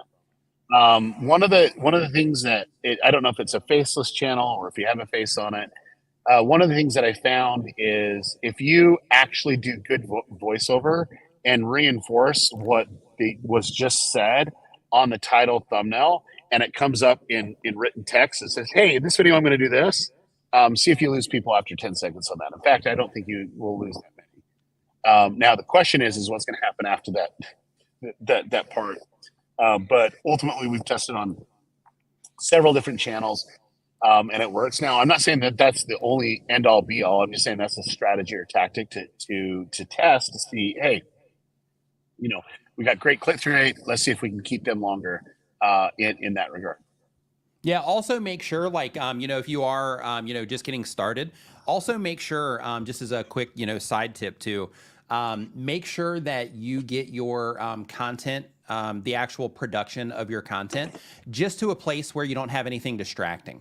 Like, it doesn't have to be perfect in terms of what it looks like, and you don't have to have like broadcast type audio and stuff like that. But the goal is to get the content to a point, like initially, is to get the content to a point to where when a viewer comes in, there's nothing distracting them, to where it's not like, oh, wow, I can't even hardly hear what's going on, so I'm going to go watch another video. Or like, this is too dark to see what's even happening, so I'm just going to go watch something else. Or, you just want to make sure that all of those things are gone, and that you just have it to where there's nothing that can take away from the experience that they're having, or distract them from the experience that they're having. Blogging for new bloggers is next up. But before we get into that question, Derral, another thing I want to ask is, with all the tools that are, coming up, because, you're running, a lot of channels and stuff, with all the tools that are currently available, like on the AI side of things, because, that's just like a hot topic of conversation right now. Is there anything specifically that you're using that you recommend to other content creators? And I'm not looking for like plugs or anything like that. Like just like, like what are you using, if anything? Because I know, like Cloud Vision and stuff like that, is stuff that you use. But outside of, I'll just shut up and let you answer the question. Yeah, so we have some internal tools that we've developed that taps into Google and a few other APIs. So those are the ones that I probably use the most. Outside of that, I do believe ChatGPT 4 is interesting. I think Bard is more interesting from my point of view. And I think there's certain things that you can do to help expedite your content creation. What I don't want it to do, though, is lose from the passion, because like, it doesn't matter how amazing this AI can pull in your content. It's that it's really connecting, and if you're not emotionally connected to it, I don't think it's going to connect with the viewer. I know people are really amped on it, where they're like, hey, this is going to replace YouTubers. And I'm like, yeah, I don't think so. It'll be a tool for YouTubers to use. And ultimately, yeah, there's some great advances there, but at the end of the day, there's still a lot of hurdles that they need to get through. And I personally think that the world would be boring if everything was that way. I like the unpredictability of humanity, right? So yes, I use that. And then there's a tool that is a Chrome extension called Harper AI, integrates with ChatGPT 4. You're able to really do a little bit more research in a way, pre-programmed stuff. But yeah, other than that, I mean, we can get into so many. I mean, this could be literally an hour and a half conversation. But I would say this, and I want everyone to hear this from my lips, and if you're really worried about leveling up your content by getting the right type of tool, you're missing the whole point of how to succeed on YouTube. You need to become a student, and it's not the people that have the best tools. I've had people that had spent hundreds of thousands of dollars on equipment, and they have some of the best tools to make content, but at the end of the day, it's about making content and bringing that value. And I've seen channels succeed with just a phone, Me too. I have a friend here in Thailand, 10 months, 100,000 subscribers, from when he started the channel. No extra microphone or anything, just on an iPhone by itself. And he just continues to thrive, continues to have like a really strong community around his channel. He's since added like a lavalier mic and, some things like that. But he still mostly does everything on his phone, right?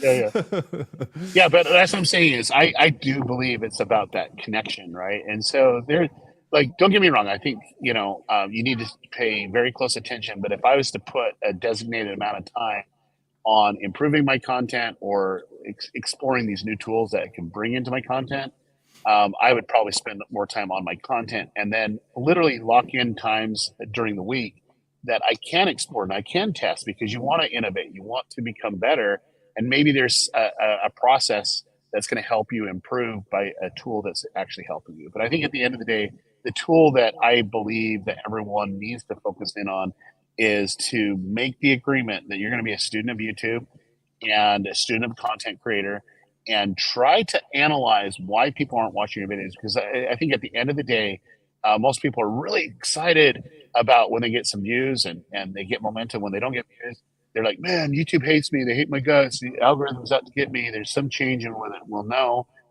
there's something disconnected with the audience. And if you spend time on that and realistically bringing value to an audience, it's great. And then two, there's some content creators that ultimately they only want to create for themselves. They don't want to create for anybody else.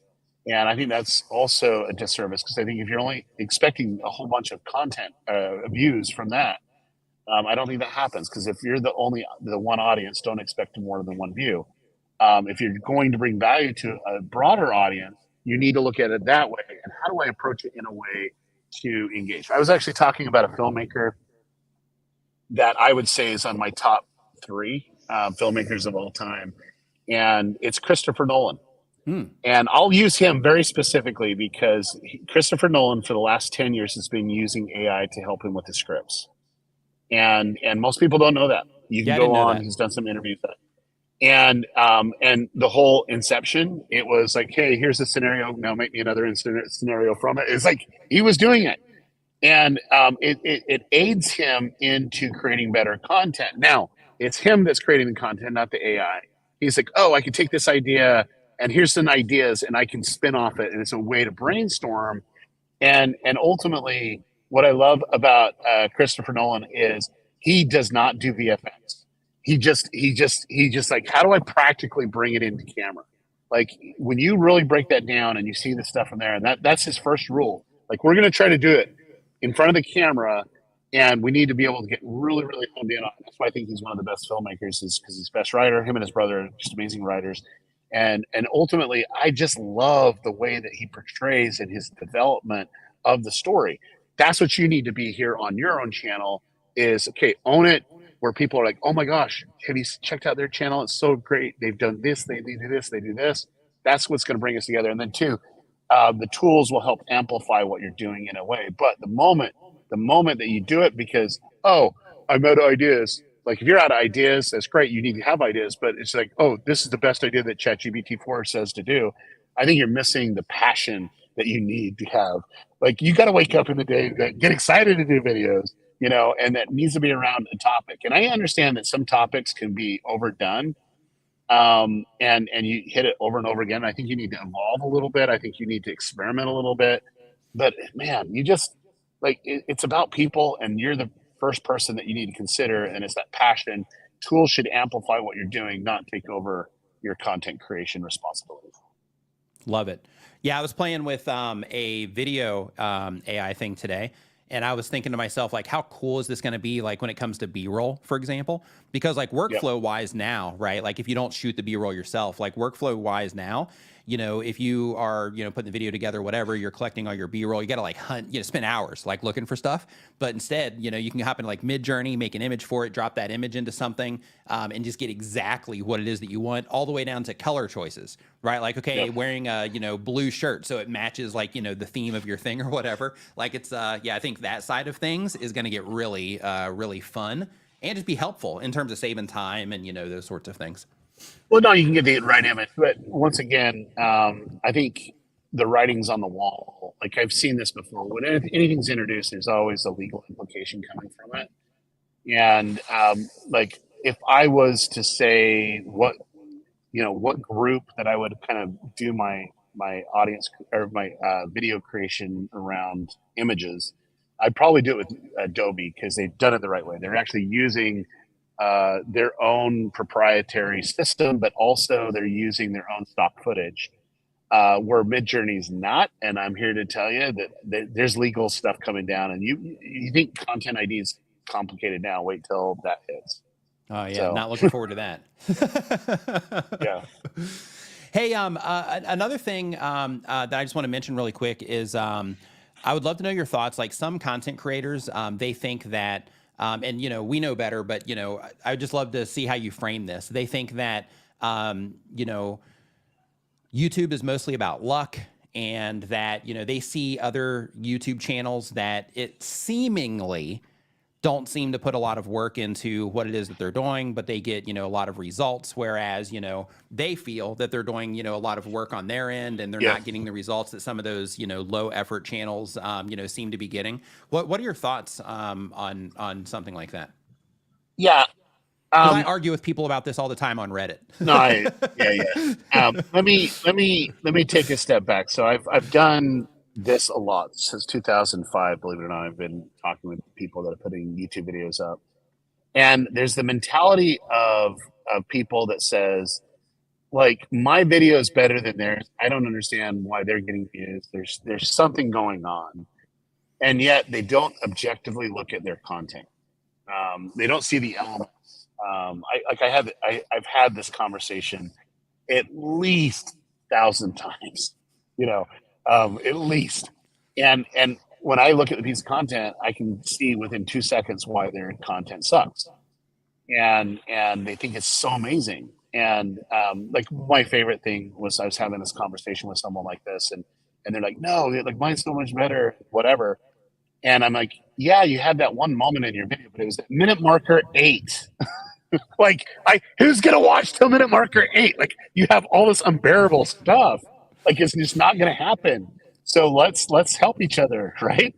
But they're so blinded by what good content is that they have to attribute it to something, and that's where it's just lucky. They're just lucky. Now, I'm not saying that there is some luck involved. I'm not going to say that at all. But man, I must be one of the luckiest guys on the planet. Right. Like, I must be, crossing at 91 billion video views on YouTube. Like, I must be super lucky or something. But at the end of the day, I just need every person to be objective. But there's the other realm of content creators that they don't even watch YouTube content. They want to succeed on YouTube. They think their video is amazing, but they don't see what a good video production is and the process of it. They'll say, oh, I just don't like that personality, or I don't like those characters. Well, look beyond that. Like, what's actually happening there? How do they pull you through the video? That's what you got to be objective to. And so I think, for me, if you're in that boat, I would say, look, you're not succeeding for a reason, and it's not luck. And maybe you just need to do some things to reevaluate a little bit better. Like, see why videos. Is there a certain pattern of success when it comes to these other videos? And it could be topical. Like, it could literally be topical, that it's engaging in a certain way. You have to be able to analyze it that way. But one of my favorite things to do, believe it or not, is I just like to explore on YouTube. And every day, I've been on YouTube for so long, and I've just seen so many different types of channels, so many different types of content out there. And I always look for the most views. I just say, okay, what's the most views on weird topics? In fact, I had this one topic that was actually in Thailand that I was watching, and I'm like, man, this is really interesting. I'm not going to say what it is, because I think we're going to do a channel on it. But it was like at least 3 million views on a long-form video. And the next video that they did got like 500 views, So it's like, there's something about that video. And I started to digest it.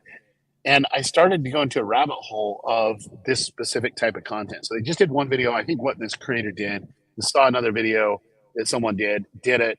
And because I was able to find something similar to that.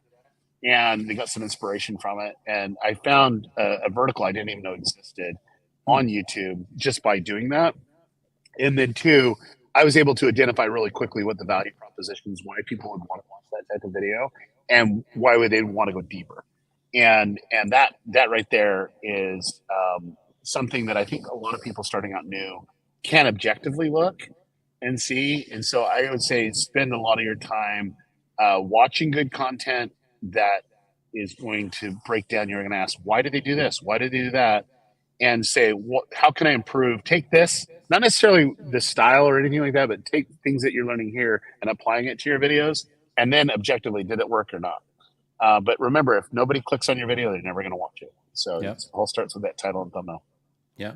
And also like, you know, when you are watching, you know, other videos and stuff, like just take notes, you know, like, because it's easy to get pulled into the video if you're not taking notes. Like if it's a good video, like, you know, they're good for a reason. So like, you know, Yeah. when you're watching a video, it's easy to like just get sucked in. And the next thing you know, you're like 5 minutes went by and you're like, oh, I'm like a viewer now. Oops. And then you got to kind of restart and then, you know, kind of take notes that way. So when you take notes, it just kind of helps you, you know, stay on task, at least if you're easily, distracted. So Six Shop says the amount per 1,000 views, is it linked to consistency? In addition, people have told me not to obsess on data. Is that incorrect? What are your thoughts? So the amount, I would assume it's CPM RPM. Is that Yeah, what it I'm is? assuming so as well. Okay. Okay. So let me kind of tell you how YouTube uses monetization for channels. Okay, there's different stages of the channel. When you're first monetized, you become a YouTube partner. You actually get the ads placed on your videos, and they're more general ads. Like YouTube's working really hard to find advertisers that would go on it. They're looking for different audiences. There's different factors from there. What happens when you see an increase of revenue is around advertisers, believe it or not. The more that an advertiser will spend money to get their message out, the more you make as a content creator. And there's certain industries that spend a lot of money, like tech spends a lot of money, education spends a lot of money, automotive spends a lot of money. You know, there's just different types of advertisers that are competing. Because what happens is YouTube ads is based off an auction system. And so people have to bid to get their ad in front of the right eyeballs. And if they bid too low, they don't get the views that they need to, and they need those views to convert. So that's how that works. Now, when I say there's multiple stages of it, that's the one stage. The moment that an advertiser says, I want to advertise on this channel, and they name your channel, that's when you're actually going to increase your RPMs and CPMs, is because now they're saying, I want to buy ads on this. And so when people are bidding against it, and they're bidding against the people that come on top of it, and it kind of raises up from there. And so you'll be able to see that. And so the more visible you are, the more advertising says, hey, they have my audience. I want to be able to do this. And, you know, you're going to see sometimes double, triple, even quadruple, quintuple your RPMs is based off of that. Now, there is another way to do it. YouTube does a preferred buying on YouTube. You know what I'm saying? They preferably find the advertisers, and they have to selectively go on certain types of channel that the advertisers want to do in this block. And that is a preferred program that if you're on that, you're probably making the highest revenue in your niche that you can, because YouTube's facilitating the deal, and ultimately they're asking for premium pricing on it. But I can tell you, there's some industries, I found a couple that the RPMs are like through the roof, like a couple hundred per thousand. When you're around that, you don't necessarily need to get a ton of views to actually make a decent amount of money on YouTube. So I know I gave you the very in-depth answer, but that's the way I do it. Like I have to give you everything that I know on this. I kind of feel obligated. And like if I was really going in depth on advertising, it would be like a 2-hour conversation, maybe 3. So Nice. Thanks for that. Thanks for going in depth, right? Because it's easy to just like hit surface of stuff. Like I love it when you go in depth. Construction Crony says, I got my Shopify site done. Google approved all my products. Thanks for your advice last week, Nick. You're the best man. Hey, thank you. Glad that you got all that hooked up. High five and fist bump. Nice work on getting all that wait. No. Pull that back up. Pull that back up. Okay, so here is your assignment. Now that you have it up, I want you to do a live stream. And if you have your products, let's just do a live stream on it, and try to engage your audience to buy, and see if you can see a spike in from that. I can tell you, live streaming and Shopify and YouTube has been integral to giving us the success that we deserve in our businesses. And so I want you to do that. I want you to pick a product, give a discount code or something that some people are on the live stream, and really, really push that hard. And if you'll do that, I promise you, you'll actually start getting in the cadence of this. And I know that it might feel like QVC or something like that, but I think the issue is how do you introduce your products now under that video? That's what I want you to start pushing into it. And I think if you do that, and if you can see the money come in, then you'll actually be more apt to do it consistently. And my only word of caution would be, just don't do it every time. Like just do it occasionally, whether it's once a quarter or once a month, whatever. But you'll know the rhythm. Nice. Love that. Bonus tip. See, you went in depth again, right? See, Chantel says, loving this conversation. Glad that you are, glad that you're Dude, enjoying this. She is so awesome, isn't she? She is. She's amazing. It's one of the, yeah, she's so great. She really is. So next question that we have here is the 31st question. Cruising through these, we've got apocalyptic retrospective. They like do Walking Dead recaps. The I goal of love the it. channel is to build a community and do community live streams. And the question is, how do you know when to change your title and thumbnails to get more attention when a video tanks? Great question. So what's your approach when it comes to like, okay, we've published something and it's not, you know, it's not going like we thought it would go? Yep. So the first thing I look at is believe it or not, the traffic. I want to know how much traffic I'm getting in the first hour, 3 hours, 7 hours, 15 hours, 24 hours. And I'm gonna look very closely of those views. And if it's higher or lower, I'm gonna look a little bit deeper. So if it's higher, I'm gonna look deeper. If it's lower, I'm gonna look deeper. The first place that I look is if it's lower, I'm gonna look at the impressions. Because like generally, if you're not getting the views, the impressions might be down. But if the impressions are high and the views are down, that's a very bad sign that people aren't necessarily liking the title thumbnail variation. And then generally, this is just me because I'm like really bad when it comes to this. But like nine times out of 10, I only change the thumbnail because I've worked so hard on that title that rarely can you convince me I did a bad job on a title. And it's just maybe 1 out of 10 that it's there. 1 out of 10 times that I do it that way. But ultimately, that's what I look for. And then if the views are really high, what I'm looking at is the traffic sources. I want to see, is there different traffic sources? The thing that I like to go to is like, what is the baseline of my average? What's my average that I normally do? And so I know what's above and what's below. I never, ever, ever look at click-through rate until I understand what my average is in those times that I gave you. Because like if it's higher or lower, I can look at the click-through rate and you can get some real-time click-through rate. But the problem's this, and I want to let everyone know, not all click-through rate's the same. And you need to understand that every traffic source has a different click-through rate, and then they take it together and average that, and that's what you're able to see. And ultimately, I want to know the click-through rate for, like, if I'm getting a whole bunch of views on browse feature, I want to know what that click-through rate is there, and is it a higher or below? But ultimately, I just look at the view count to go deeper, and then when I go deeper, I look at those impressions and click-through rate and traffic sources to know, hey, this is the appropriate time to change it because it is below my average. Let's go ahead and modify it. Fantastic. Love it. And really quick, Neil over at Urban Van Life says, thanks to you two chaps. We are now full-time YouTubers and full-time van lifers. So thanks for being beyond nice people with time for everyone. Yeah, our pleasure. Dude, I can't wait. Are you coming? Is he coming to Vid Summit? I hope he is. I'm not sure. I don't. Neil, are you going to Vid Summit? I hope he is. It's been a while. Been a minute. It has been a while. So. And from T's Hot Mess History, thank you for the super chat as well. Says, thank you for this. I lost my dog at this time last year. That hits hard. I apologize, or not apologize, but I'm sorry to hear that. And then I hit 100,000 subscribers and was too sad to care. Now I'm pumped to go to Vid Summit and take, yeah, that's a turnaround on that one, but pumped to go to Vid Summit and take my channel to the next level. This was great. Awesome. Glad that you enjoyed it. But again, sorry to hear about the dog. Is having our little popcorn. That's, makes me sad when I see that kind of stuff. So sorry to hear about that, but awesome that we're going to get to hang out at Vid Summit. So Neil looks like he can't afford it right now. If it's tickets, I can get you tickets, brother. Like if that's what it's going to take you to get there, I'd love to see you. But just connect with Nick for sure. So awesome, super kind. Derral spreading the love. Absolutely love it. Next question that we have is you know what? I'm going to let you take the floor, Derral, because we're right now.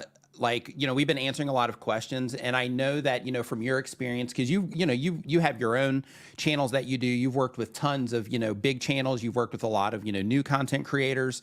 For people that are hanging out here, like what advice do you have for people like when it comes to YouTube? I know that's kind of like wide open, but you know, like if you you know are speaking to a newer content creator, somebody that's just trying to get going, what kind of just advice or tips or you know inspiration do you have for them? So generally what I focus in on first is the viewer. What type of viewer would appeal to the type of content I want to create? And is there channels that have that same viewer there? Because I want to go in depth and really understand kind of them psychologically of what value is being transferred and where's the connection. And so I'll go very, very in depth on that. And I try to, I don't really care about the demographics so much, but I do care about the psychographics. Like why do they find this valuable?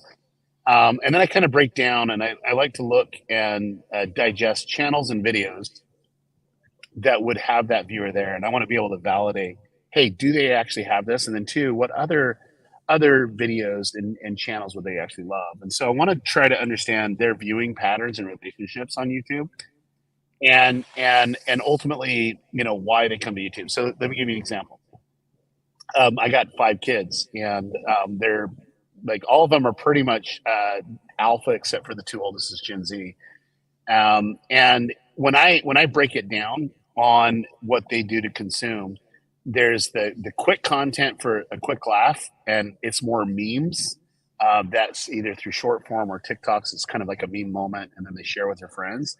But when they really, really, really want to sit down and they really want to laugh, they really want to connect, it is always the longer form videos. And so I'm very hyper aware, like who they're watching and why, you know, and I try to validate, you know, why are they watching this content for shorts, but watching this content for long? And is there a way to blend it? And then the content creators that are doing both for them, that it's like, you know, it's almost euphoric for them because they're long form. They get excited when a short form comes out, and the short form's leading to the long form, and it's all about the community. So I would say the bulk of the time that I spend is really trying to understand the viewer. Because the more I can anticipate the viewer, the easier it is for me to get them to click and also bring that value for them in the video. And this is all done without any data from YouTube. Like I'm getting it from other creators' channels, other creators' videos, and I'm just trying to looking for the pattern. And once I understand that, then I'm able to create hypothesis of how to actually connect with them very in depth. And the second thing would be is I got to be passionate about something. If your passion is just I want to be a YouTuber, I want to create content on YouTube, I think this is probably something that you need to reevaluate. You need to be passionate about something because that, if not, you're going to do a little bit of this, a little bit of that. It's never going to engage with something. You're going to kind of confuse the viewer. And if the viewer's confused, YouTube can't go out and find similar viewers. And so, you know, ultimately it's like knowing that value proposition and what it is and what it's not. And ultimately it's taking risks. So let me tell you about a creator that I'm partnering with right now.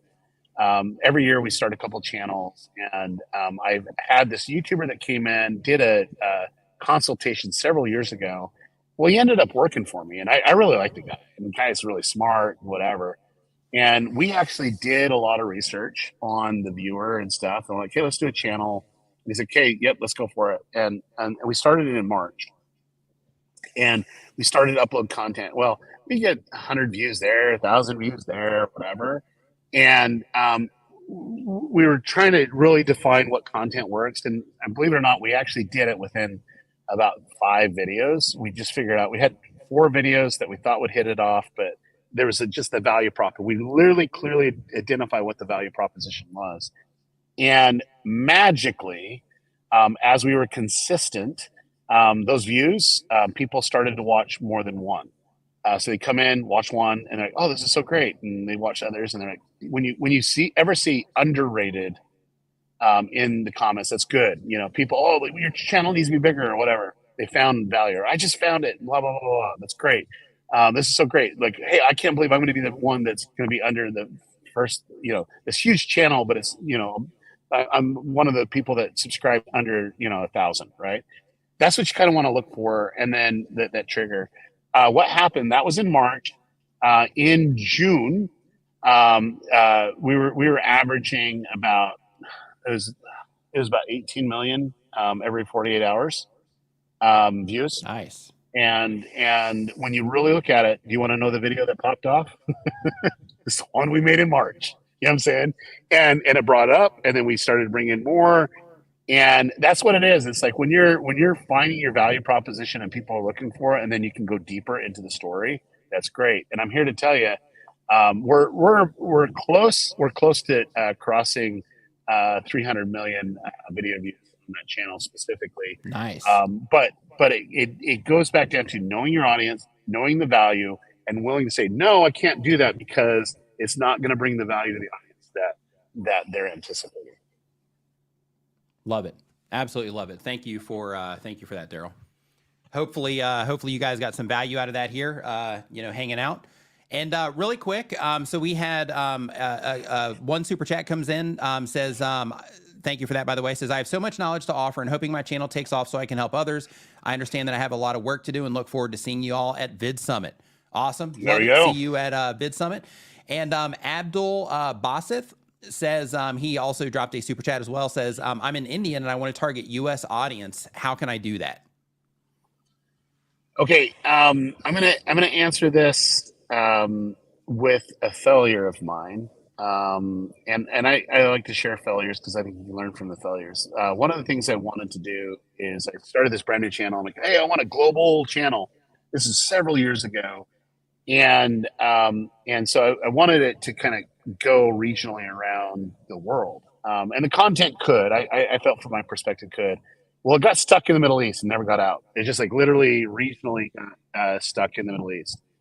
And ultimately, the CPMs, RPMs is not as high in the Middle East compared to the US. And so I'm like, man, is it really worth it?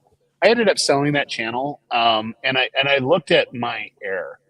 Like, you will succeed further by really understanding what you have and what you don't. So in India, for example, yes, a lot of the population speaks English. A lot of the population speaks Hindu. Like, there's a lot of different languages that are there. There's a lot of different cultures, and a lot of people want to reach out to the UK and US markets.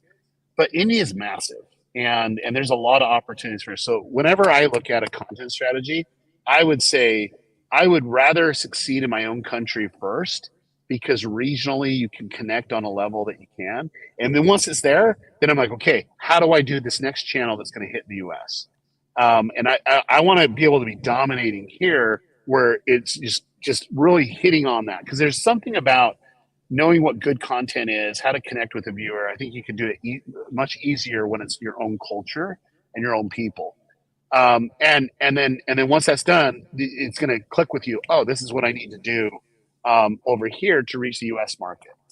Because if you just think that, hey, my content's good for the US, I'm here to tell you that generally, if there's an accent involved that isn't a UK accent, which is English, and an Australian accent, which is English, there might be some misunderstandings. There might be some hurdles. Not saying that it's wrong, but just internally there might be some hurdles. And I don't know that like how people can understand sometimes, or if they start to question. There's just a little hurdles that you need to do.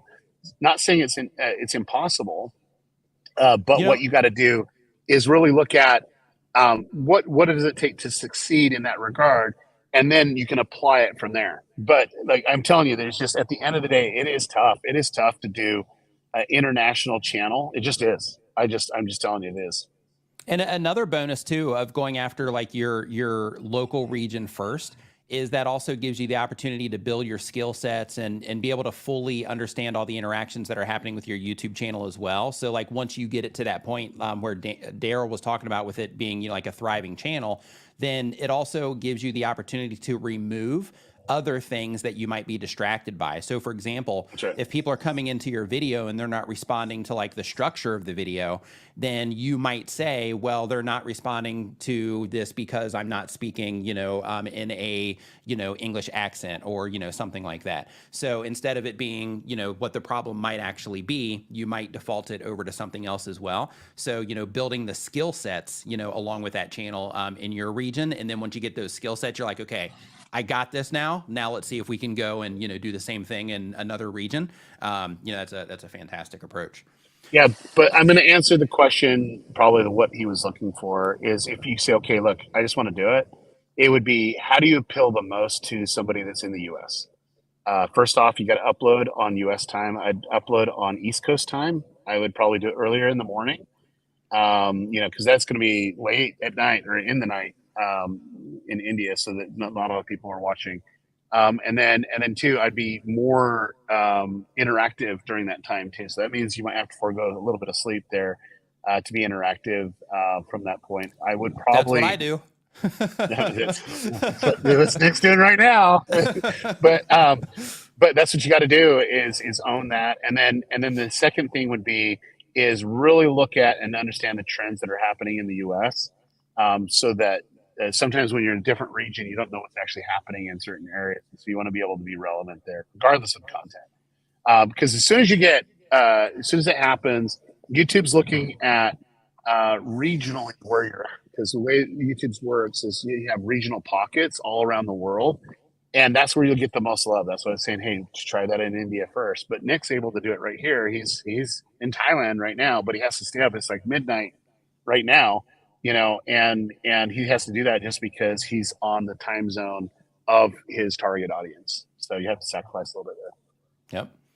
So on that note, Derral, thank you so much for coming on. As always, man, super appreciate the knowledge that you share here. Just so you guys know, if you enjoyed this, we're going to be streaming again this coming Thursday on the channel as well. So if you had a good time, you learned a lot here during the stream, Derral's going to be back on this coming Thursday as well. So I will be posting or scheduling that one a little bit early. So make sure that you keep an eye out on the channel for that one, and we will see you on Thursday as well. It's going to be right around the same time also. Really looking forward to that conversation as well. And I also want to remind everybody when it comes to Vid Summit, which is the conference, we've brought up, several times throughout the conversation today. You can find out more information about that at vidsummit.com. It's the conference for content creators. So you definitely want to, inform yourself about what it is. If you can go this year, I'm looking forward to seeing you there. If not, then at least, get up to speed on what it actually is. So as soon as you're ready to go, that you can go and, see what's available for you at Vid Summit. And again, Derral, thank you as always for coming on, sharing what it is that super appreciated. And for all of you that are watching that are getting started with all this, just, a reminder that, when it comes to all this stuff, it's, there's a learning curve involved. So if you are, if you're way back here in the learning curve and you're like, man, I'm doing all the stuff that I can, it's just not moving yet. Keep learning, keep, like Derral was saying before, study YouTube, study content creators that are, successful, that are, doing the thing, and, work on the skill sets to improve, and just understand and embrace the fact that you're, just at a certain point in the learning curve, and you just got to keep going and keep, going through that learning curve to, get what it is that you're after. So thank you everybody so much for hanging out. And I will see you next Saturday at 9 a.m. Eastern. Have a fantastic fantastic weekend. And as soon as I end this, it's going to automatically send you over to a StreamYard stream where my brother, D, and Daniel Batal are doing channel reviews over there. So if you want to have, your channel looked at, then make sure that you head over there so you can check that out as well. Have an awesome rest of your weekend, and I'll see you next time.